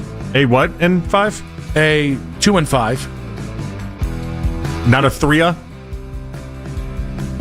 No, what serious person would make that joke? Okay, I wasn't sure. Wasn't sure. 2-5 wasn't sure. Browns and 1-6 Browns, because the reality is, if you can't win this game, there's really no reason to believe you're going to be able to win anything other than maybe maybe the Jets game. And hey, there's still time for them to start winning games. Like, it really is. Like, all those other teams, even the Jets, it's like, well, okay, Justin Fields has won games in the NFL. Justin Fields has had moments where he's been a good quarterback in the NFL. Okay, Cam Ward was the number one pick for a reason. This is as must-win as it can get when you're 1-5, and no one really thinks you're going to make the playoffs, even if you do win. I mean, I smell a topic for tomorrow. Is it a disaster if the Browns lose to the Dolphins? Well, I thought it was going to be, is this a must-win game? No. Ashley used disaster. I went even further. I went 60 seconds back instead of 3 seconds back, and for that I apologize. Odyssey NFL insider Ross Tucker joined us last hour. He said that Mike McDaniel needs a win more than Kevin Stefanski does this week. I still think it would be an upset if Mike McDaniel's back with the Dolphins next year, because this is a 1-5 team. And then Tua says this week that players aren't even coming to his, player-led meetings, which, by the way, why would you say that publicly? You're basically calling yourself out. The Dolphins, if they don't get things turned around significantly, McDaniel's gone. I still would guess that Stefanski's back next year, but I do think how the rest of the season goes matters. My guess is the coach that you would get instead of him is not as good as he is, and that Stefanski would have success somewhere else. And I do believe he would get hired somewhere else. And then you guys would have another one of these situations like Baker Mayfield or Belichick or whatever, where someone has more success when they leave Cleveland after Cleveland gives up on them. All right, so I hear what Ross is saying. Mike McDaniel is the coach with the best odds right now of being the next NFL head coach fired, and Kevin Stefanski is... let's see, we're 5 deep for Stefanski, and he's plus 1,800. This game, I think this game's got a lot of weight on it, because I think if you start 1-6, Mike McDaniel's going to jump down the list a little bit, or fall down the list a little bit at 2-5. It'll buy him a brief reprieve. Winning always does, and I think Kevin becomes right atop there. This is a really, really dangerous game, and I don't want it to happen in season. We'll talk about when the moment comes at the end of the season. I don't see any constructive outcome of Kevin getting fired, especially this early in the season. You got to win this game. We got ourselves a sneaky, interesting one. And as I like to do when I find out the announcers and the crews, do you know who is broadcasting this game? Because sometimes it's Ian Eagle and it's J.J. Watt, and other times it's Spiro Dides and Adam Archuleta. That's good. We're back. Good. We're Lord, home. Have we not been punished enough? We're back to where we belong. Have we just not been punished enough? Adam Archuleta is our... That we had this coming. Welcome to Adam back in our life. They did. That organization did. And yet Browns fans are the ones that have to hear it for 3 hours on... But no, they do a great job. Very excited. Very excited. Can't wait. Just a real treasure here. So excited. Even if the plan was to be bad on purpose, this couldn't have been the plan, right? It's in 5 minutes on 92.3 The Fan. Hey guys, it's Jonathan, my friends over there at Classic Chevy in Manor.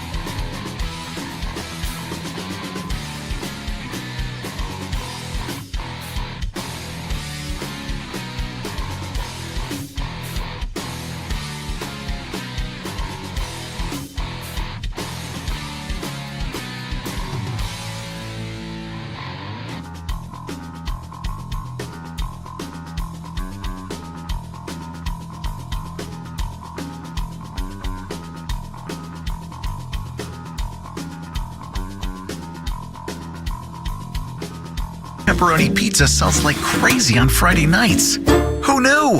At Odyssey, we have the expertise to get your media plan done right. With ads like you're hearing right now, to targeted social media campaigns, search engine optimization, and location-based advertising. Advertise with Odyssey and help us grow your business. Visit ads.odyssey.com. Talk sports deep into the Cleveland night. Overtime with Jake Volnick. Weeknights at 7. Sports Radio 92.3 The Fan. Back on Afternoon Drive, we got to get to the bridge to nowhere for the Cleveland Browns. A couple updates. One, the 92.3 The Fan YouTube chat game right now is just being mean. At Rocamoni, I think that's how you say it, saying Nick Wilson looks like a purple M&M, which is both accurate and devastating. Don't forget, guys, all day, all week, you guys can watch us on 92.3 The Fan's YouTube channel and say hurtful things like that, which will make me laugh and I think Jake Murren's still laughing from that, if we're fair. So we have an unfortunate development out of the YouTube chat. Mm-hmm. It's not that they said that you look like a purple M&M. Oh, that's not the unfortunate one? Well, it's part of it. Okay. Jake is taking too much pleasure in coming in here and telling us the mean things. That's the unfortunate development in this. Yeah, that's fair. He's taking a lot of pride. Other day he comes on in and he's like, JP, said you look like a homeless guy. And then he laughs and scurries off, and it's okay, all right. And you're enjoying that a little bit too much there. And here's the problem. But too much. Day one, we're on 92.3 The Fan's YouTube. 2 weeks ago, somebody was mean to Jake Murren. And we were like, hey, you want to be mean to what? Be mean to us, right? Mm-hmm. And Jake was a little upset by it. Now that he's removed from the hurtful comments, he thinks the YouTube chat is the funniest thing on the planet. Yeah, he's taking a lot of pride and joy. In fact, we might have to do a check-in with Jake, because when people are enjoying those type of comments that are, at basically for their gain, not ours. Maybe we went sideways with Jake at some point. That's true. Maybe Jake secretly hates us. And that's true. He turned on us. Yeah, because he's enjoying it a lot. Yeah, a lot. I would say above the normal amount of enjoyment from it. Yeah. It's adding a little hurt. It's adding a little sting. Not even from the comments. Yes. Just from Jake's excitement to deliver the comments. Now we also have an update on Donut Gate. You guys know the morning show. Reportedly, we had a on-air report from Mackenzie Flume, a.k.a. Flume Dog Millionaire, who said she broke down the donut consumption. They were 6 apple cider donuts that were powdered that I had bought. I forgot them overnight here. Went to go get them the next day because I was going to take them home for my kiddos and also eat one myself.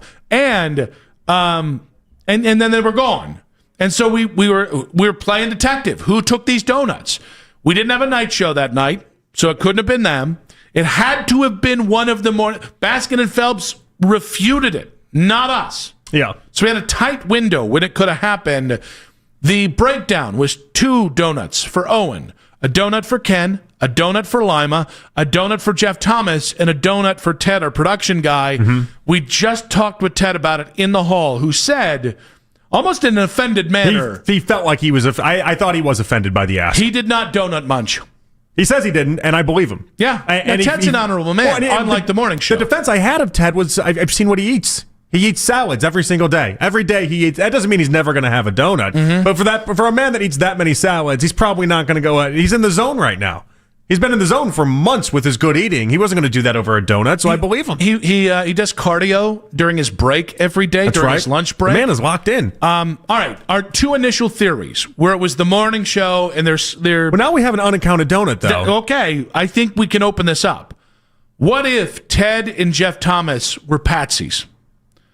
What if there were 2 donuts that went uneaten, right? And that they were thrown under the bus so that we were thrown off the scent of the other 2 donuts because someone took them home. Here's what I know. Ted would have offered up an instant apology if he had done it. 100%. And by the way, same with Jeff Thomas. That's an honorable man. I just refuse to think Jeff Thomas would ever eat the donut. And even if he did, I said he gets a pass because it's Jeff Thomas. That's my guy. Either Owen had Peterlin pass. Potentially a 3rd and 4th donut. Or one of those boys, all mouth to feeds, right? Owen's got 72 kids. Ken's got 3. I think Lima has 2 that we know of. Like, we got a lot of kids here to feed in the mornings. Maybe one of the little kids got in on the donut munching too. It's the refusal to know that we talk about it on the air. Yep. They've been outed with their names and to not address it. They could deny it. That's the part that kind of just shakes me in my core in many ways. Yeah. I can't figure it out. It's a breakdown in society if we're being truthful. No, who is Mackenzie Flume really working for here, though? Because that was misinformation of the highest order. Well, she's a young journalist. And young journalists have to, how do you learn that a source is trustworthy or not? You learn the hard way. You got to get multiple sources now. You can't just throw out one source and then say that you have the answer. This is a multiple source lesson for her because as far as we know, she just has one source. But if this was the game of Clue, Nick, she'd lost. That's it. You get your one guess. It's Miss Plum in the library with the gun. You get one guess. If one of those things don't add up, then you're wrong. She's wrong. She got one guess. The one person we checked and actually asked to see if this was credible says no. So she lost. Can we also maybe submit, and I'm just thinking maybe here, maybe she was in on it. Maybe she too munches donuts that are not hers, right? Maybe too. Yeah. Whoa! What? That wasn't the term. Where did the name Ted come from, right? I don't know. That's what I want to know. Same thing with Jeff Thomas. They just make it up out of thin air. Now they're making innocent people guilty. That's a real crime. That's not American to me. That's a real crime. And you know what? We've seen that show do that before. 216-474-0092. One suspected donut muncher. Off the list. What happened to the extra donut? Your guess is as good as mine. Because a certain morning show can't own their own actions and must throw other people under the bus. It's very troubling. An Odyssey podcast. Yeah. Say it with your chest. Maybe Lima can call in. I'm sure his kids will be screaming in the background. Maybe we can have Lima call in and maybe that's the one. Ken would never call in. All right? And there's a lot of reasons. But Lima would. I think the silence speaks a deafening volume. Now, that being said, even if this was part of the plan to be bad on purpose, which is something you've said, I don't think this could have been the plan. I think when I'm saying the Browns at 1-5 are somehow worse than their record indicates that they are, that they might be quote unquote lucky to be 1-5, there's still something within the communication here. There's something within what you plan to do and what you are doing. I don't think you plan to be not competitive. And I thought Zach Jackson, when he appeared on the Donut Munching Boys this morning, had a great breakdown of the direction that the Browns' arrow is pointing. What we've seen is just a product that's going nowhere. If they choose to stick with this regime, then either there's a huge turnaround coming or there's something that we don't know and we'll never know. Because the product we see every single week is subpar. The most expensive roster in the history of the NFL last year went 3-14. This team is worse, and next year there's no indication of being any better. I think subpar still might be too kind. They are somehow worse. Yeah, like it is incredible. They are somehow worse. The defense has moments where they look like dominant, but it's not sustained dominance, and I don't think that's all their fault, by the way, but it's not sustained dominance, and then the offense is unplayable. They've had one maybe passable week, and it was Stefanski Judkins' game against Minnesota a couple weeks back. I mean, this is worse than any of the Hugh Jackson 1-31 offenses. I mean, we're in territory. I think it's right there. I mean, I think it's worse. I think it is. This is as bad as it gets. We've all been watching NFL for a very long time. Week in, week out basis. It doesn't get much worse than what this offense is. And here's the other problem. The special teams are also comically bad. So I don't know if there's an element of Office Space to this of like, what is it that you would say you do here, right? Mm-hmm. Yeah. And I come back to the idea. What exactly are you coaching? Yes, I do think that some of this is salvageable. When I say salvageable, I'm not talking about wins and losses. I'm talking about competitiveness. Like, it is enough to be 1-5 when 4 of the 6 games have been relatively non-competitive or just flat-out blowouts. That's not a plan. Like that is 2017 bad. That is 2016 bad. Which is a plan that they authored and put together. And then, famously, Hugh Jackson got paid bonuses based off of whether or not they could execute those losses. But that was a 2-year, really 3-year plan. But it is a plan. And again, we weren't even in that. In the moment we knew what they were doing, they didn't try to hide it the same way that this, whatever you want to call them, thought partnership is trying to hide what they're really right now pulling off. And we're too far away from 2029 and the new dome for that to be a part of that. Meaning, like, what's the difference? What you're saying. Yeah, I get what you're saying. So I'm starting to refuse to believe this idea of like, oh, no. It goes back to the idea of not all 1 and 5 looks the same. Not all bad seasons, lost seasons, poison pill seasons look the same. And I think that has to go on the record. I think the offense, and when I say salvageable, I mean, I think they should be able, no, it's the NFL. You are able to average more than 13 and a half points per game during an NFL. You should be able to sleepwalk and average more than that. Yes. You should trip into 17 points a game in the NFL. 100%. So I think that is salvageable, meaning the offense can be better than what it is. I also think the defense with a slightly, not even wildly, a slightly better offense can be more salvageable. And when I say salvageable, I mean like consistently better. And I don't know what stops you from being a bad special teams team other than coaching. So all of this to me, like, is it salvageable from, do I think they can avoid 4-13 now? Nope, I think that's out the window. I don't think there's the kind of belief, the kind of talent, the kind of belief in Stefanski, any of it. I think the hay is out of the barn on that one. But in terms of competitiveness, do I think that the next 11 games, and this goes back to what Ross Tucker said, which is it really depends how the next 11 games go for Kevin Stefanski and Andrew Berry? Yes. That's why I'm trying so hard not to normalize 13 and a half points per game. Because as bad... Well, the saving grace is you have a lot of really bad teams that you're playing up ahead. And for some reason, this NFL, this season alone, Nick, it's a weird NFL season. If I looked at the AFC, and I looked at this earlier, I can make an argument there's 8 teams for 7 playoff spots right now that have a legitimate chance. But you know what that means? That means you have a lot of teams that have already taken themselves out of the running for even the playoffs or playoff consideration this early. You know the amount of one-win teams we have?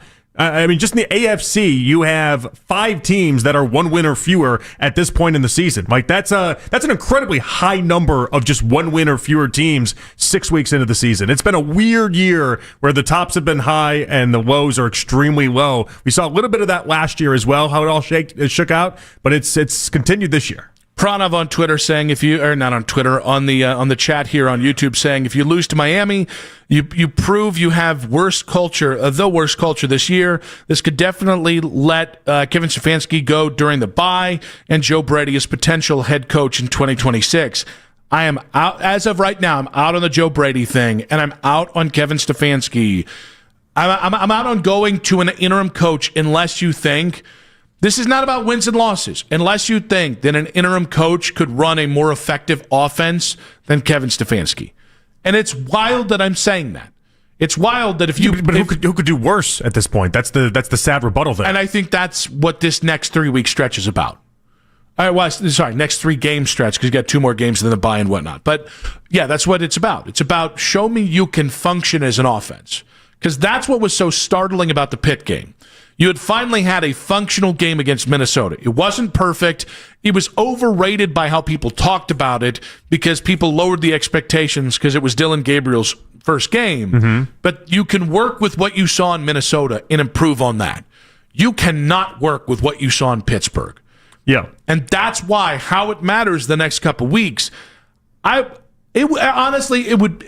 should be shocking that we could get to a point where you think you can run a better offense than Kevin Stefanski for as much offensive struggles as we had with an interim coach. That would be the biggest indictment on Kevin Stefanski you could reach to. I don't know how anyone could say that they couldn't. If you're Tommy Rees, how do you go to bed at night thinking that you couldn't do it better than what Stefanski's currently doing? There's just no way. I mean, it's all-time levels of bad for what this offense is looking like. And I want to tell him, I get it. I get you're playing with your hand tied behind your back or coaching with your hand tied behind your back because you don't have an offensive line, you don't have wide receivers, you don't have much of anything. But this is your lot. You want to be an offensive-minded coach and save the day. There's a lot of good offensive coaches that are putting up points with injuries across the board. Are the Browns showing that they're more than 1 season away, and what's salvageable this year? That, and Tua Tagovailoa says the darndest thing. That's in 5 minutes on 92.3 The Fan. Hey guys, Nick Wilson here from my friends at the Bath Authority. They've got the holidays coming up, and listen, if you've got that bathroom that needs a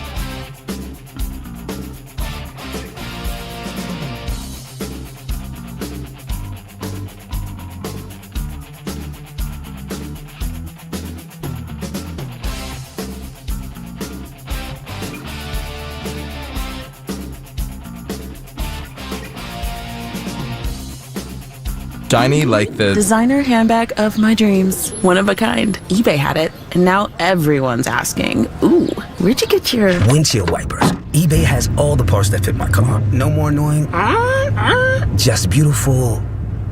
Millions of finds, each with a story. eBay. Things people love. Sign up to be a part of the fan club. Download the free Odyssey app and follow 92.3 The Fan to get all of the best audio and best stories sent straight to your inbox. 92.3thefan.com.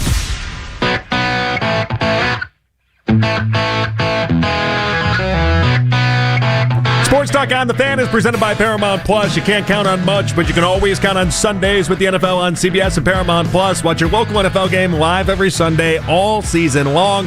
Visit ParamountPlus.com/NFL to get started today. Nick Wilson, Jonathan Peterlin back on Afternoon Drive. It should be noted, we've been kind of keeping tabs on the Tua Tagovailoa situation where after the loss to the Chargers, which in fairness, This Tua speaking the way he did, which I appreciate because it's real. I do appreciate it. But it was after a loss where they had maybe played their best game in a couple weeks and just happened to lose on a last-second kick to Dicker the kicker.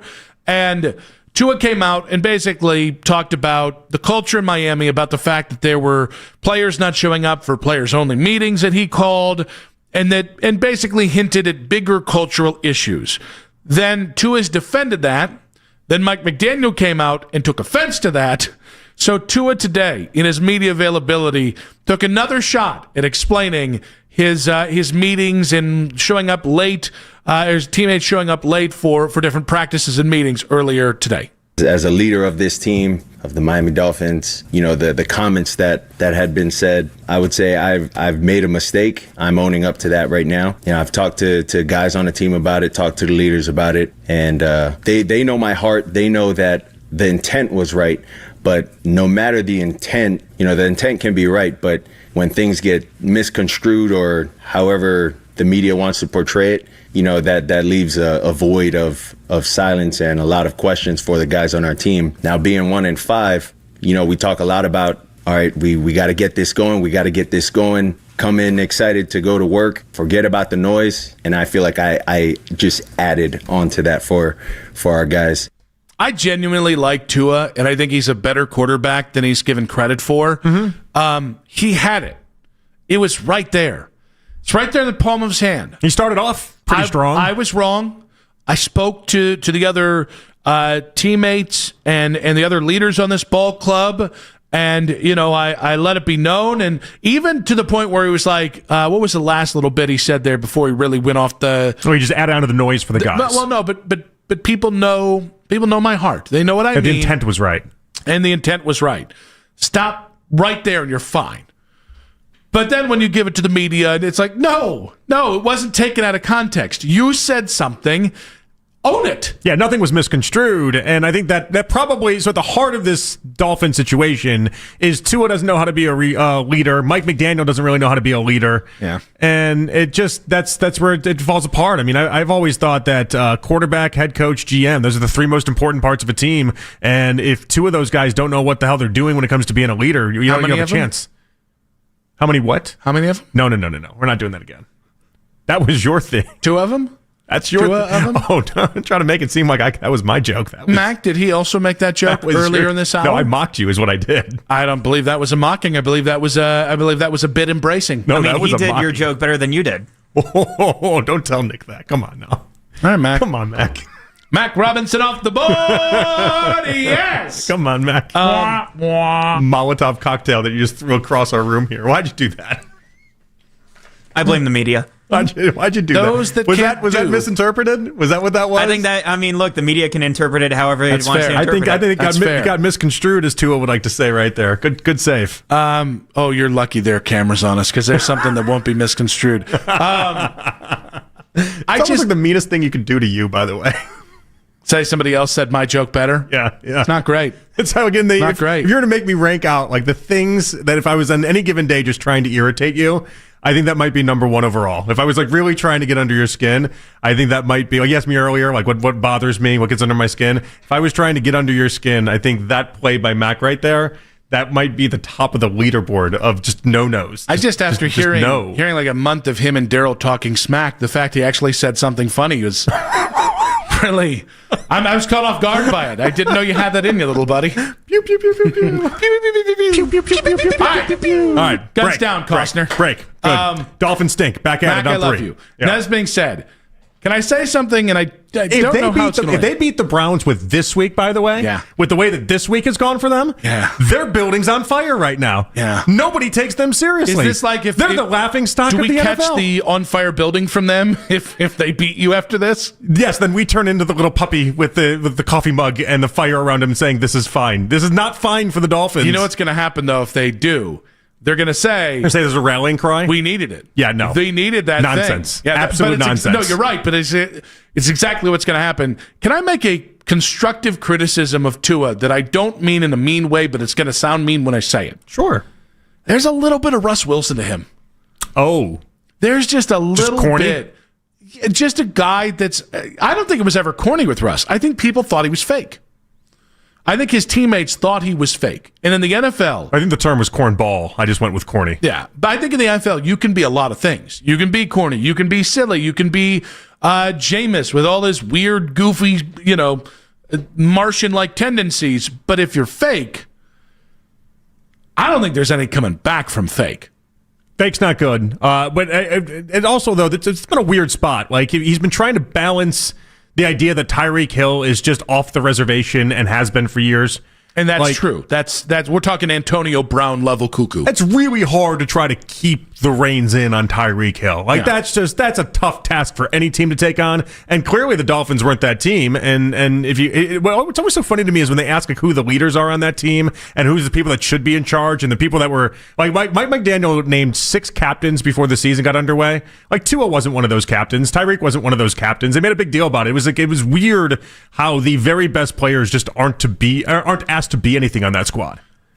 Reminds me of so you're saying your highest paid best players aren't your leaders? Yes. Cannot relate. Exactly. It's weird. It's weird when that happens. Yeah, weird. And it feels very familiar, but I don't know. It does. Then it should. Now, can I tell you something? For everything that I've just said about Tua, I think if you made him the Browns quarterback this last offseason, not this next offseason, if by some way he had become the Browns quarterback, I think they're 3-3 right now, and I think they're a very competitive 3-3. So games like the Ravens and Lions didn't turn into blowouts. Well, I mean, Tua is everything that Stefanski wants Dylan Gabriel to be. Mm-hmm. Shut up and throw. Shut up and throw, but also, I mean, incredibly accurate in a way that Dylan Gabriel isn't. And Tua led the league in completion percentage just last year. He's incredibly accurate in a way, Shador levels of accuracy, while also then thrown with the idea that he does everything else that Dylan Gabriel tries to do just better. Browns fans are immediately going to jump to, he's got better weapons. It's like he's had half a season without Tyreek Hill. Jalen Waddle's nice, but he's not a number 1 wide receiver. Achane is a very fast player, but not a consistent player. He's Lamar Miller 2.0. I like him a lot, though. I think he's good. And their offensive line, I think, is not Browns bad. Browns bad is because of the situation as well. And they don't have this defense. I think just Tua with that defense could do a lot of real damage. And it's crazy that I'm saying that because I think Tua, at best, he's what we've said about Jared Goff, Kirk Cousins, and Baker Mayfield at various points in their careers. I mean, it's not like this thing has gone horribly for him. Yes, in the pantheon of should they have drafted him above of Justin Herbert, that answer is obviously no and will be 11 times out of 10. But the Dolphins have been able to win games with Tua. Yeah. They haven't been able to win playoff games. We've talked before about the one playoff game they did in Kansas City where it was freezing temperatures and people legitimately lost fingers to frostbite. Tua can't play in that weather. Tua doesn't play. This is where he wouldn't work for the Browns. 45 degrees and under, Tua can't play. Well, unless you just immerse him in it. Doesn't have a single win in 45 degree and under weather. He spends the offseason in the North Pole. He's just winless in his entire career in that weather. You're not hearing it. I'm hearing it. I don't understand how it works. And that's where I'm going. You immerse him in the Arctic temperatures. You just send him to the North Pole? He's thrown to penguins. Okay. All right? And then he comes back, and all of a sudden it's a whole new Tua. It's a 3-a. I knew you couldn't resist it. Dolphins won. They've won 11 games 2 years ago. They were 9 games. You can win with Tua. You can. You're not going to win anything of significance. Can you win with 3-a? All right, we got to retire that joke for the rest of the week. What would the Browns we got to retire that one. record be?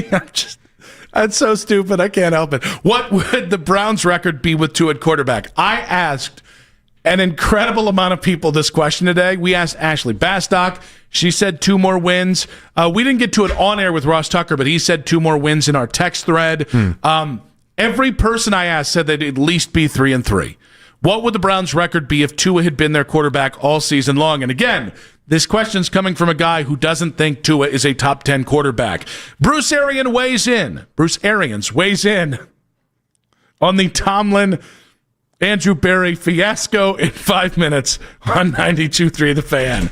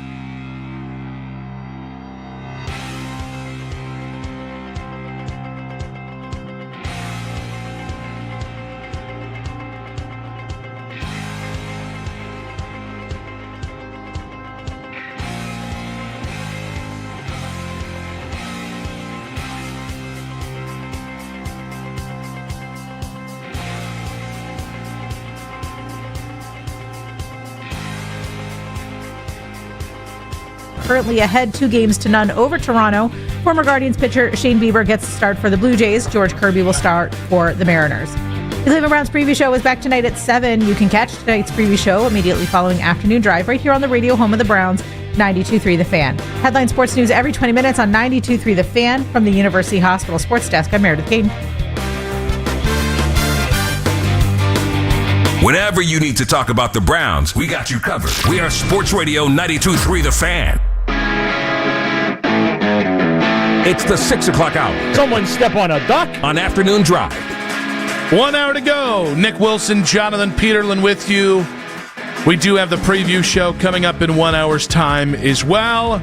Be a great time for Ken Carmen to bump into. Just tell us what happened with the donuts. Did he eat them? Did he not eat them? That's right. He Does he know who He does might come have into eaten the. them? He comes in the studio for that show, right? And listen, I don't think I've ever actually seen him come in this year, but I know he comes in. Oh no, he well because he actually walks. I walked right by me. Yeah, I know. yeah. I used to see him though. I used to see him every time he'd come in when I was sitting in the other side of the room, and now I just never. And they messed it all up. Messed it all up. Messed it all up.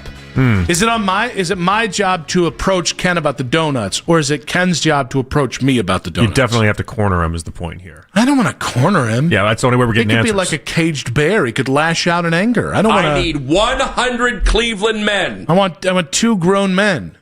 Not to even sit down. Right. Just stand up and talk about donuts. For being fair, we did accost Ted. Maybe I accosted Ted. I feel like I was like. I definitely started it. I was in the vibe, and I was like, there was a vibe there with me and Ted. I saw him and I thought it was kind of silly. And then you came over top with it. Oh, I didn't even know you were in the area. Yeah, well, that's usual. Well, no. Okay, maybe I'm misremembering that. Let me say this again.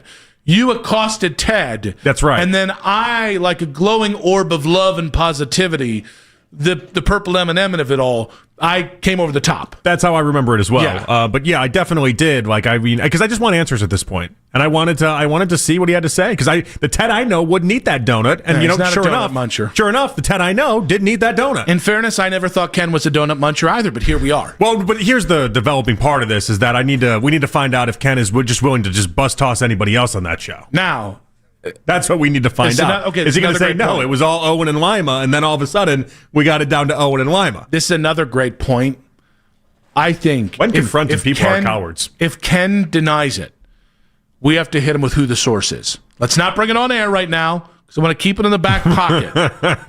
And that's when we see if we can play him against each other. Yeah, I'm cool with that. Yeah, because if the shoe was on the other foot, I guarantee you, the other half of his show could bust toss Ken very quickly. If the shoe was on the other foot, if it was us, for instance, we would have just already been like our bad. Well, we wouldn't ate it anyway. That's the main point. We wouldn't have ate it anyway. In fairness, I don't think Ken. If this is like the who traded for Deshaun Watson thing, right? I don't think Ken progenited the idea. Listen. This is a football coach. This is a football man. Some have called him, he's called himself, the LeBron James of sports talk media. There should be a level of professionalism there. If Ken was offered a donut that he didn't know belonged to other people, he's free and clear here. Maybe that's how you need to present it to begin with, as we confront Ken about this in the hallway and accost him as well. It's like the idea that we'll let you off the hook. Okay, I don't like. I feel like we just want truth. He'll already be defensive. We just want truth. We'll just be like, hey, 2 Fridays ago or 1 Friday ago, you happen to eat like a apple cider powder donut? No. Here's what I do know. Okay, if the roles were reversed and we ate somebody else's donuts and then they did a whole bit on it on air and talked about it, I would have called for a lot.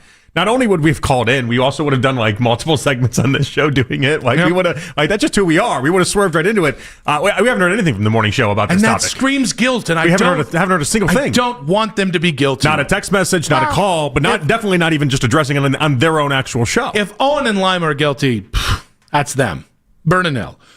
I don't want Ken to be just like. I don't want Owen to burn in hell. That's a patriot. No, not there. literally. I meant hell on earth. Watching the Cleveland Browns. I thought you were going to say Florida. It's also hell on earth. Yeah, that's it. One of those two things. It's God's watching waiting the Browns room. every Sunday, or living. Where's the epitome of hell in Florida? The Panhandle. So the Gulf. The Gulf's actually got some nice things. I was thinking more Miami. I don't mind Miami. Got Disney out there. Miami? Orlando. Sorry. Messed up my Florida for a second. Very different places. One's kid-friendly, one very not kid-friendly. I only go to the kid-friendly part. One is Bam Bam friendly, the other... I only end up to the kid. Probably shouldn't be, but might still be, because it's Florida. Yeah. Wherever Florida man lives, that's where. Now, yeah, basically the whole state. Now, we have got many different interpretations on Mike Tomlin bus-tossing Andrew Berry earlier this week for trading Joe Flacco. In division, and now, of course, this week, tomorrow night, in fact, we've got Bengals versus Steelers. The funniest thing that Joe Flacco could do is beat the Steelers tomorrow. I actually somehow am rooting for that now. Well, Bruce Arians, remember him? He was the guy that said, why is Kevin Stefanski still employed 2 weeks ago? And then conveniently wouldn't go on anybody's show because I think he kicked the hornet's nest. He was on the Pat McAfee show again. So there is a show he'll go on. There is. The Pat McAfee That's the part show. where you lose me, Bruce. Like, you don't want to come on everybody's shows. I get it, but then you just continue to go on Pat McAfee show. It means you're open to coming on shows. I think there's money involved. I would hope so. But Bruce Arians today talked about Mike Tomlin's comments on Andrew Berry trading Joe Flacco in the division. Total bull. Okay, it's not a good decision. What are you thinking? First of all, Pittsburgh's your big rival. Cincinnati's your next biggest rival. Why would you trade him to Cincinnati? If I'm going to trade him, I might get a 6th-round pick or somewhere else. And I ain't trading him in the division. All of a sudden, Jamar Chase and T. Higgins have 20 targets. Jamar Chase has 10 receptions, almost 100 yards. And 1 week, couldn't get the damn ball to him the other 3 weeks. And now Pittsburgh's got to play him Thursday night. Yeah, Tomlin really loves Flacco, though. That has been on the record a couple of times. Oh, yeah. He does not want to see Joe and those receivers as like... We had them right where we wanted them, and they go and trade this guy to our division rivals. It's like, yeah, it makes no sense to me. All right. One, I didn't realize how every time I hear Bruce Arians, I'm reminded how he sounds like a pimp. There's like a way, he kind of talks like Huggy Bear from Starsky and Hutch, which 3 of you know what I'm talking about. So that always throws me off. They made the movie Starsky and Hutch, so more people got that. Yeah, but not the Snoop Dogg version. I'm talking about the 70s version. Yeah, I know what you were going for, but like because we have the Snoop Dogg version, I think more people got that. Might have even made my point even worse. Did you like Starsky and Hutch? I actually did. Yeah, I thought it was like your vibe. Wilson. Yeah. Owen Wilson in anything I like. I wouldn't say anything, but just almost about anything for me. I'm a big high Owen, approval rating. Big we're Owen right Wilson there. guy. Now that being said, I'm starting to really lean into the idea that people are just pissed that this might hurt the Steelers. It's what it sounds like. But listen, I like that Tomlin is being as vocal as he was about it, and I like that he put his name on it. Yes, I think Bruce Arians' read on this is right. All these people that talked about defending Kevin Stefanski, that's hogwash. He didn't care at all about Kevin Stefanski and the fraternity of coaches and all this other nonsense. Didn't care a thing about Stefanski. Didn't you say it? No. Okay. I made up an alternative to that. Okay. I had put out there that that's what people were saying, and I said there was an alternative to that I addressed and I went forward with. But that, like, the real answer and the truth right there is laid out. Mike Tomlin did a classic person thing, human thing, which is he thought about himself and how it impacts him. He wasn't trying to be some sort of savior for Kevin Stefanski. He got worried that he's got to play Joe Flacco on a short week when he knew if he played Jake Browning on a short week, Jake Browning wasn't going to have a chance. It's just weird that Bruce Arians would then weigh in and be like, Tomlin's right here, because Bruce doesn't have any dog in the fight, right? Like I think Bruce might just be against Stefanski and Berry. Oh, he's being asked on a sports talk show what his opinion is. Like that's the dog in the fight. My point is, and he's got a loyalty to the Steelers as well. Mike Tomlin retired him. I know, but he still has a loyalty to the Steelers for all the years that he spent there. He was also here for like 2 or 3 years. Yeah, I don't get the same vibe that there's any sense of loyalty there. So, listen, I think we trade a player in division because we're in a lost season and they're trying to salvage their season. I don't like it as a football fan. I don't want to help my favorite team. I think it also jives with analytics of like, well, okay, it's a 1-year deal. Who really gives a rip if it helps the team if you're not trying to win? And I think that's another tributary of this. Like, football guys, real football guys who, like, that's their personality and that's their identity, which is what Tomlin is, which is what Arians are. They actually still care about rivalries.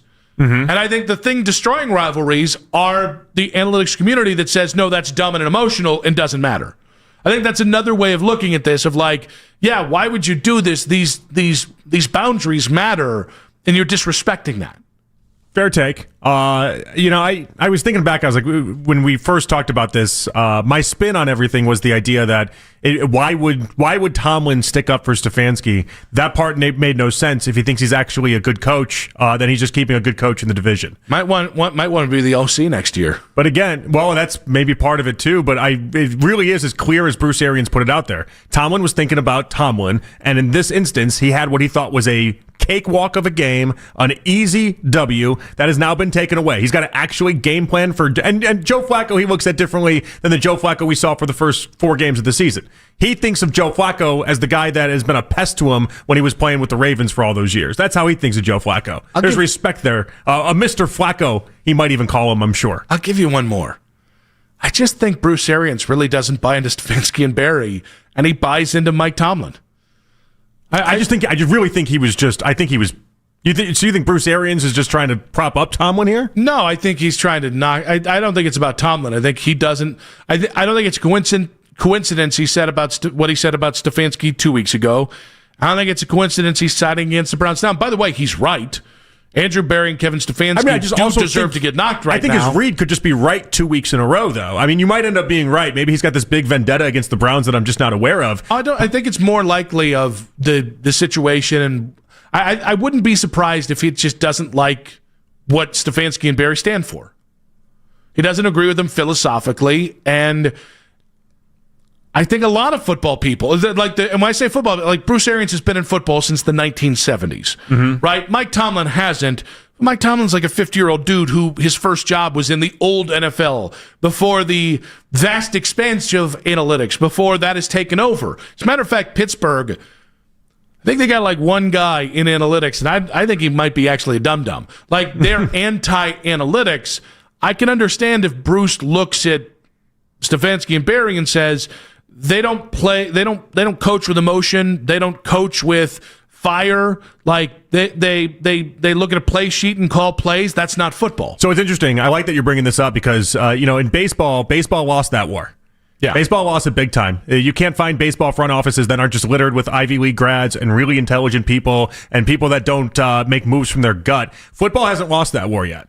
They're not even close to losing that war. But I wonder, because the smart people, the people that we have labeled that way, the Moneyball type people, the Deep Podesta type people, any move they've tried to make and have come in is basically just blown up in their face. And this goes all the way down to, hey, let's draft Roberto Aguayo, and you can take kickers in the 2nd and 3rd and 4th round. And anytime anyone's tried to continue to do that, including the Browns have tried to come back around and do that, it hasn't worked. And they've not been able to really latch the same way that they did in the baseball community. And I don't know if it's because their theories just don't work the same way. I don't know if there's just so many things that they just can't quantify that just matter in football that doesn't matter that way in baseball. But there's something missing there. And if it's a fight for Arians to just have football and old football guys in, it's a worthwhile fight, at least for him, I'm sure. Austin Hedges is back, and some people are big mad. That's coming up in 5 minutes on 92.3 The Fan. Hey!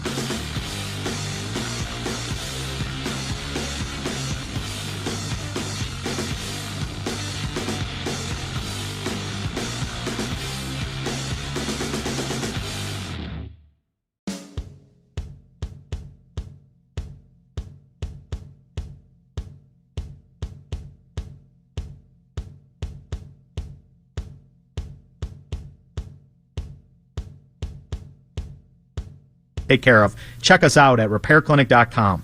If you need a world-class website or technology project, then I would highly recommend AmericanEagle.com. Call AmericanEagle.com at 773-NETWORK. That's AmericanEagle.com, 773-NETWORK. You can now watch The Fan live on YouTube. Catch The Ken Carman Show with Anthony Lima from 6 till 10 a.m. and Afternoon Drive with Nick Wilson and Jonathan Peterlin from 2 to 7 p.m. each and every weekday. It's free. Subscribe to 92.3 The Fan on YouTube.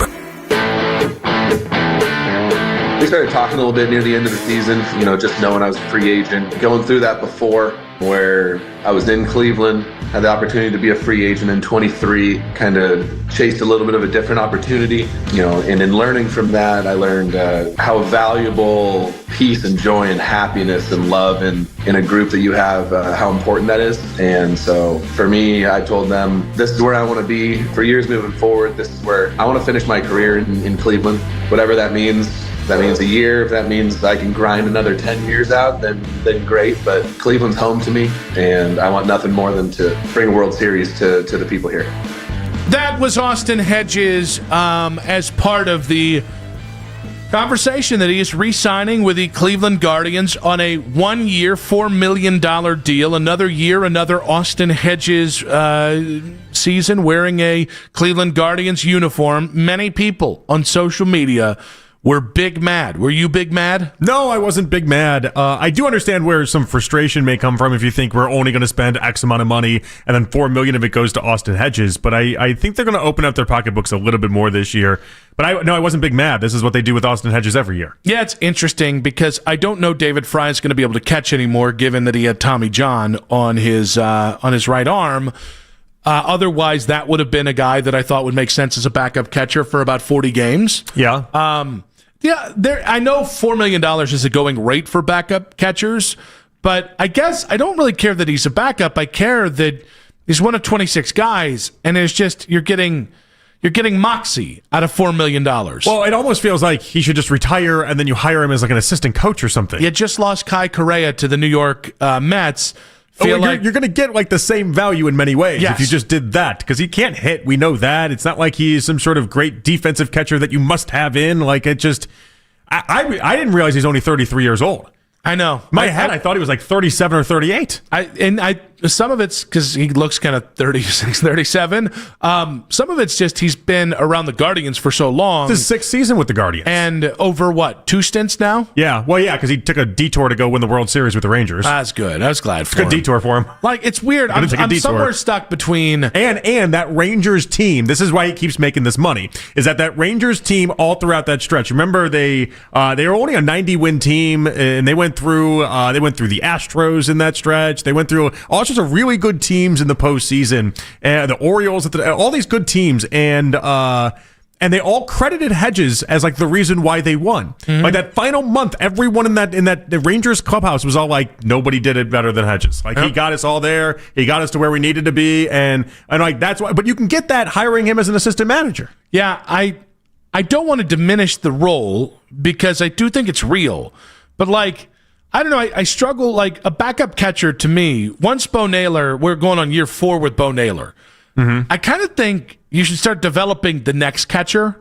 Right now, we're both a little worried about Bo in general. I know they've got Cooper Engel, who could be up within a year. I'm thinking more like Kansas City's done a really good job of continuing to develop backup catchers behind Salvador Perez. Mm-hmm. Freddie Fermin, who's now in San Diego, is a really good defensive catcher who also gave you a little bit of pop and just enough hitting.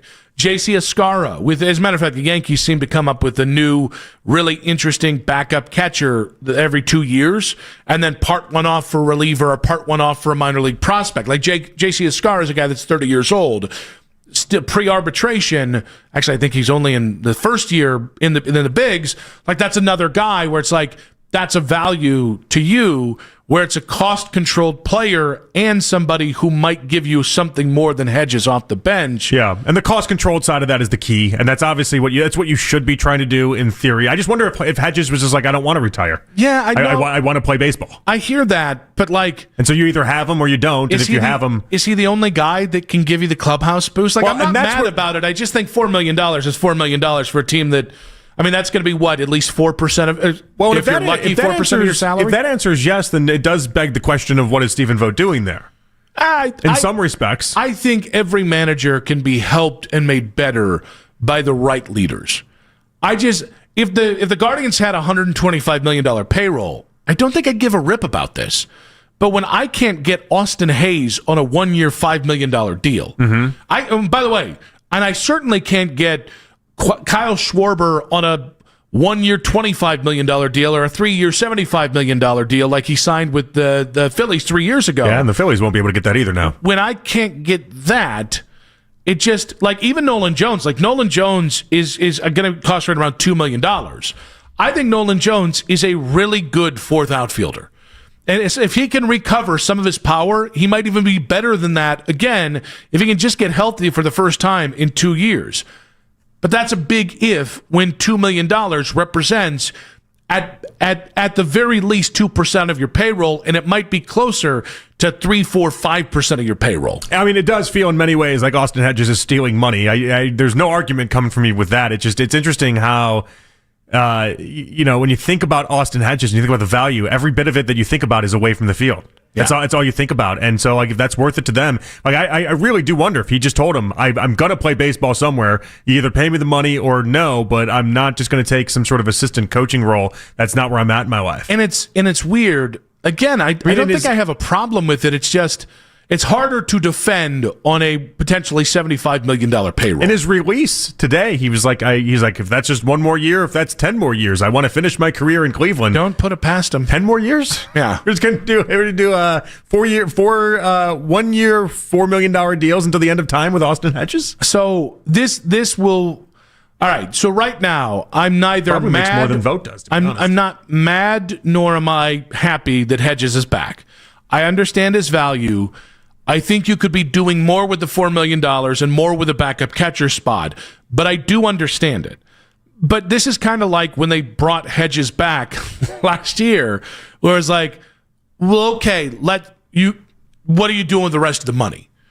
And I think when you have the pitching staff, the starting pitching staff that you have now, even without Luis Ortiz or Emmanuel Clase, I'm comfortable with the idea you'll probably have to bring back at least one reliever, meaning maybe Junis comes back or maybe like a Devin Williams on like a 1-year prove-it deal, something like that. Okay. But if it's Devin Williams and then like another $5 million reliever, and then you just don't trade for an outfielder or two, or sign an outfielder or two, I don't know how you cannot be pissed about it. This comes back to, it's like a delayed fuse. Today, not upset about the Austin Hedges thing really in any way.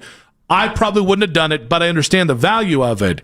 And now becomes, okay, you could conceivably spend $30 to $40 million this offseason. Not a lot, but that's enough to get pieces here, pieces that can help you win.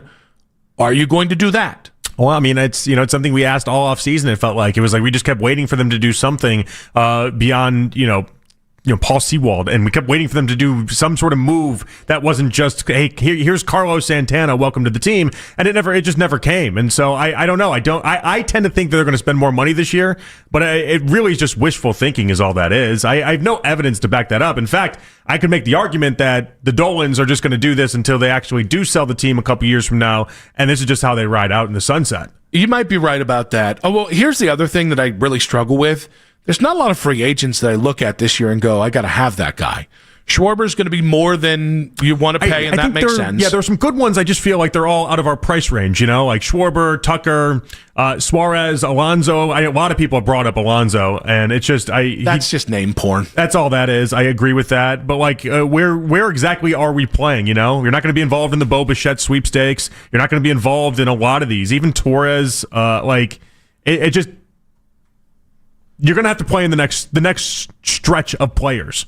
And that's all right. That's typically where you have to play anyway. Yeah, but I think... is that following Mike Yastrzemski? Is that where that is? Well, I'm glad you said that. I can't remember the middle infielder. I'm actually looking at it right now to see... there was a name linked to the Guardians that when somebody said it, they were saying it like it was the greatest thing ever. Maybe it was Rengifo. Okay. The former second baseman of the Angels.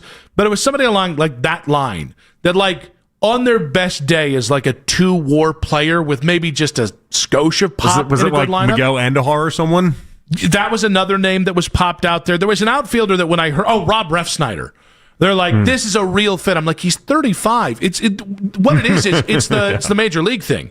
This guy's dead. We'll cross him off the list. Like, no offense to Rob Refsnyder, he hit 270, 9 home runs, and 30 ribbies last year. Mm-hmm. Yeah. No, he's not. Why is that? Like, I don't need you to tell me we're gonna sign Kyle Tucker. I know we're not, or Schwarber, or the big names you mentioned.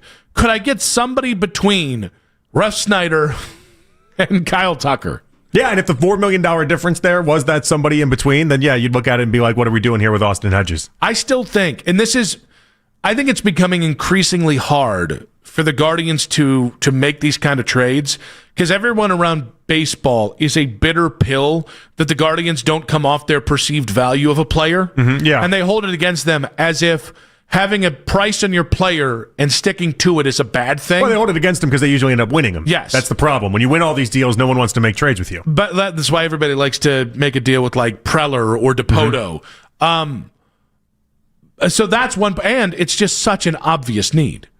So you're a rock and a hard place if you're the Guardians, because people think you're not going to overpay or what they feel like is the right payment for a player, and they know you need it. And the Guardians have kind of called chicken on the rest of baseball the last couple of years. Like, fine, we'll just keep our players. And they've still somehow made it work, which is only going to embolden them this offseason to not maybe make an aggressive trade. And if they don't spend any money anywhere, I think their results or their retort back to everybody else would just be, well, we have all these minor leaguers that are coming up. Yeah. And we have all these guys that we're going to see up in the big leagues. And they do have a lot of guys that are going to be up in the big leagues this year. Now, will they do it for opening day? Probably not. They're probably slow roll them, and that's where a lot of fans are probably going to get mad. But like that's going to be the pitch that they give. A lot of the guys that we watch at the end of the year come up and play. That's where they're going to try to sell people on. Can I give you a name? I don't know they'll do it, because I think he's going to get non-tendered. Adolis Garcia.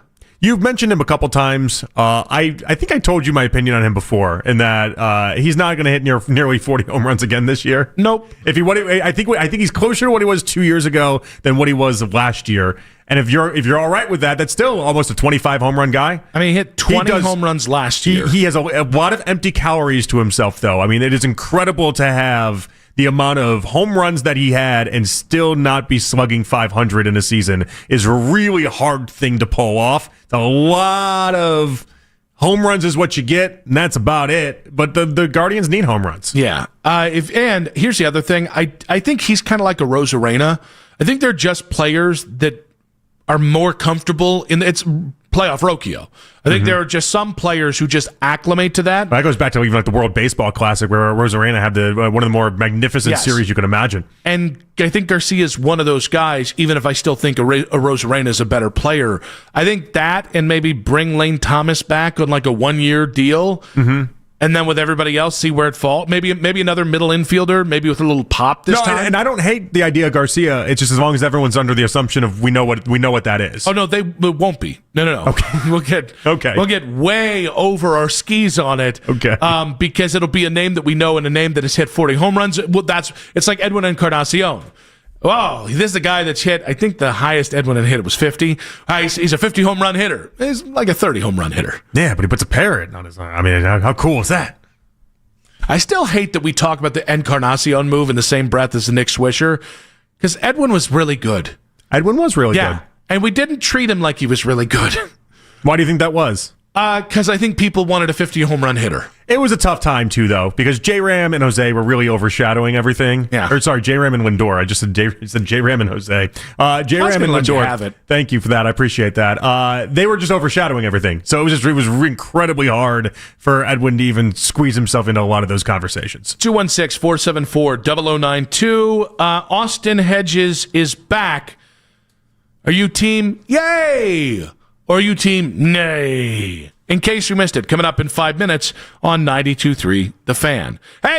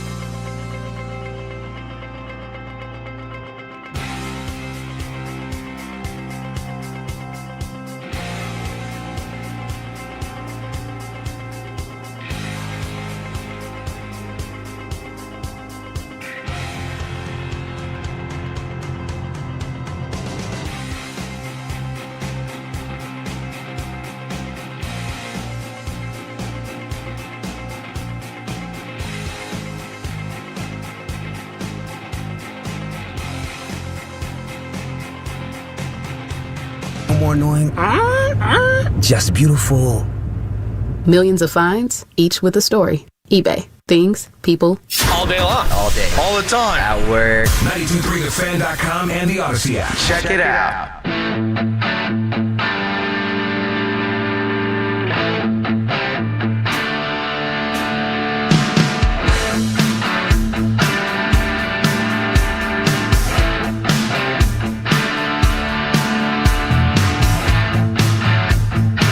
On Afternoon Drive, final segment of the show. Want to say a big thanks to our guest today, Ashley Bastock at 3:20, Ross Tucker, Odyssey NFL Insider at 4 o'clock. Great stuff with those gentlemen. I don't think Ken's walked in yet. I looked for him downstairs to be like, so when he came in, I could be like, all right, don't dodge us now, Ken. And yes, I did say those gentlemen with Ashley Bastock, with those guests. I was going to let you have it. I didn't know if Ken got distracted by a Goodyear blimp or something. I wanted to make sure he just was able to come in. I know every time he comes downtown, he looks at that Sherwin-Williams building and he just thinks, progress in a proud city. Yep, and it is. Know? And it is. And who wouldn't? Well, we've had a lot of progress in this proud city, and we're happy to be here. Every time I see any construction, like I'm driving up 77, and it's down to 2 lanes. People are driving like morons, and I just repeat to myself, progress in a proud city, right? It is always nice when construction's done, and it looks nice, and though. Then I just turn up the Lee Greenwood. I get mildly excited. Oh, my God. It's what being a Northeast Ohioan in America is about. I need 100 Cleveland men. We've got Blue Chew for that. Don't need it. I just look at construction and you said mildly excited. We can help you with that. Yeah, we can help you get fully excited. Enjoy the bulge. Turn that mild excitement into a rager. Let's go with in case we missed it. Rager. Don't make me explain it on air. No, I got it. You're not gonna out-freak this freak, okay? We all got it, but the line might have stepped over it there. All right, anyway. Players from the Steelers and the Browns have expressed outrage and concerns to the NFL Players Association about the embarrassing playing surface last weekend at Acrisure Stadium. A union source tells ESPN's Brooke Pryor. And this all happened after the fact, by the way. Ben Roethlisberger on his podcast, the Footballin' podcast, that's how he says it. He had this to say about the field and what he thinks. I've been saying this for a while. I don't think Pitt should play there anymore. And I understand there's like high school games that like the playoffs play there, and that's not a big deal. Concerts, things like that. But my thing is, and I'm saying this for multiple reasons. I'm saying this for Pitt's sake as well. I firmly believe that Pitt should put like a 35,000 person stadium up on Oakland, pack that thing, because when you've got 65,000 or 70,000 in Acrisure, that's only half full. What's that look like? You're punching the guy. Go pack. Put a 25,000 person stadium, and then have it like just bumping, crazy, loud, fans everywhere. The students don't have to drive anywhere. They can walk to camp. They can walk to the stadium, walk to the game, walk back to their dorms, and then you keep them off of that field for the Steelers. So it's been so bad, he thinks that Pitt shouldn't even play there anymore. Boswell, obviously. Oh, there he is. There he is. There's the guy. Ken Carman here. There he is. The donut muncher or not. Donut muncher. Oh, he closed the door. Running again. Well, I don't want the microphone to bleed over. Oh, thank goodness. All right, that's we a thought very you were professional running. man. Yeah, give me your headphones. Ken. All right. Oh, that's right. I don't know why Ken was assuming. Oh, God, Mac, these are sweaty. Oh, my God. Yeah. Okay, you're allowed to be sweaty. You're a grown man, brother. What's the donut stuff? Thanks for giving him a chance to be sweaty, by the way. I'm sorry, guys. I didn't mean to. I barely heard you. I didn't eat your damn donuts. All right, so what's the donut thing? A source says, from your show, says that last Thursday, well, actually last Thursday. It would have been Friday morning. Friday morning is when you're accused of eating donuts. There were 6 He's not going to remember Friday morning now. There were 6 apple cider powdered donuts that were left up there and that the show got into. Where? It was up there? Up in the producer bay. And apparently Owen had 2. The source said you had 1. Lima had 1. Jeff Thomas had 1.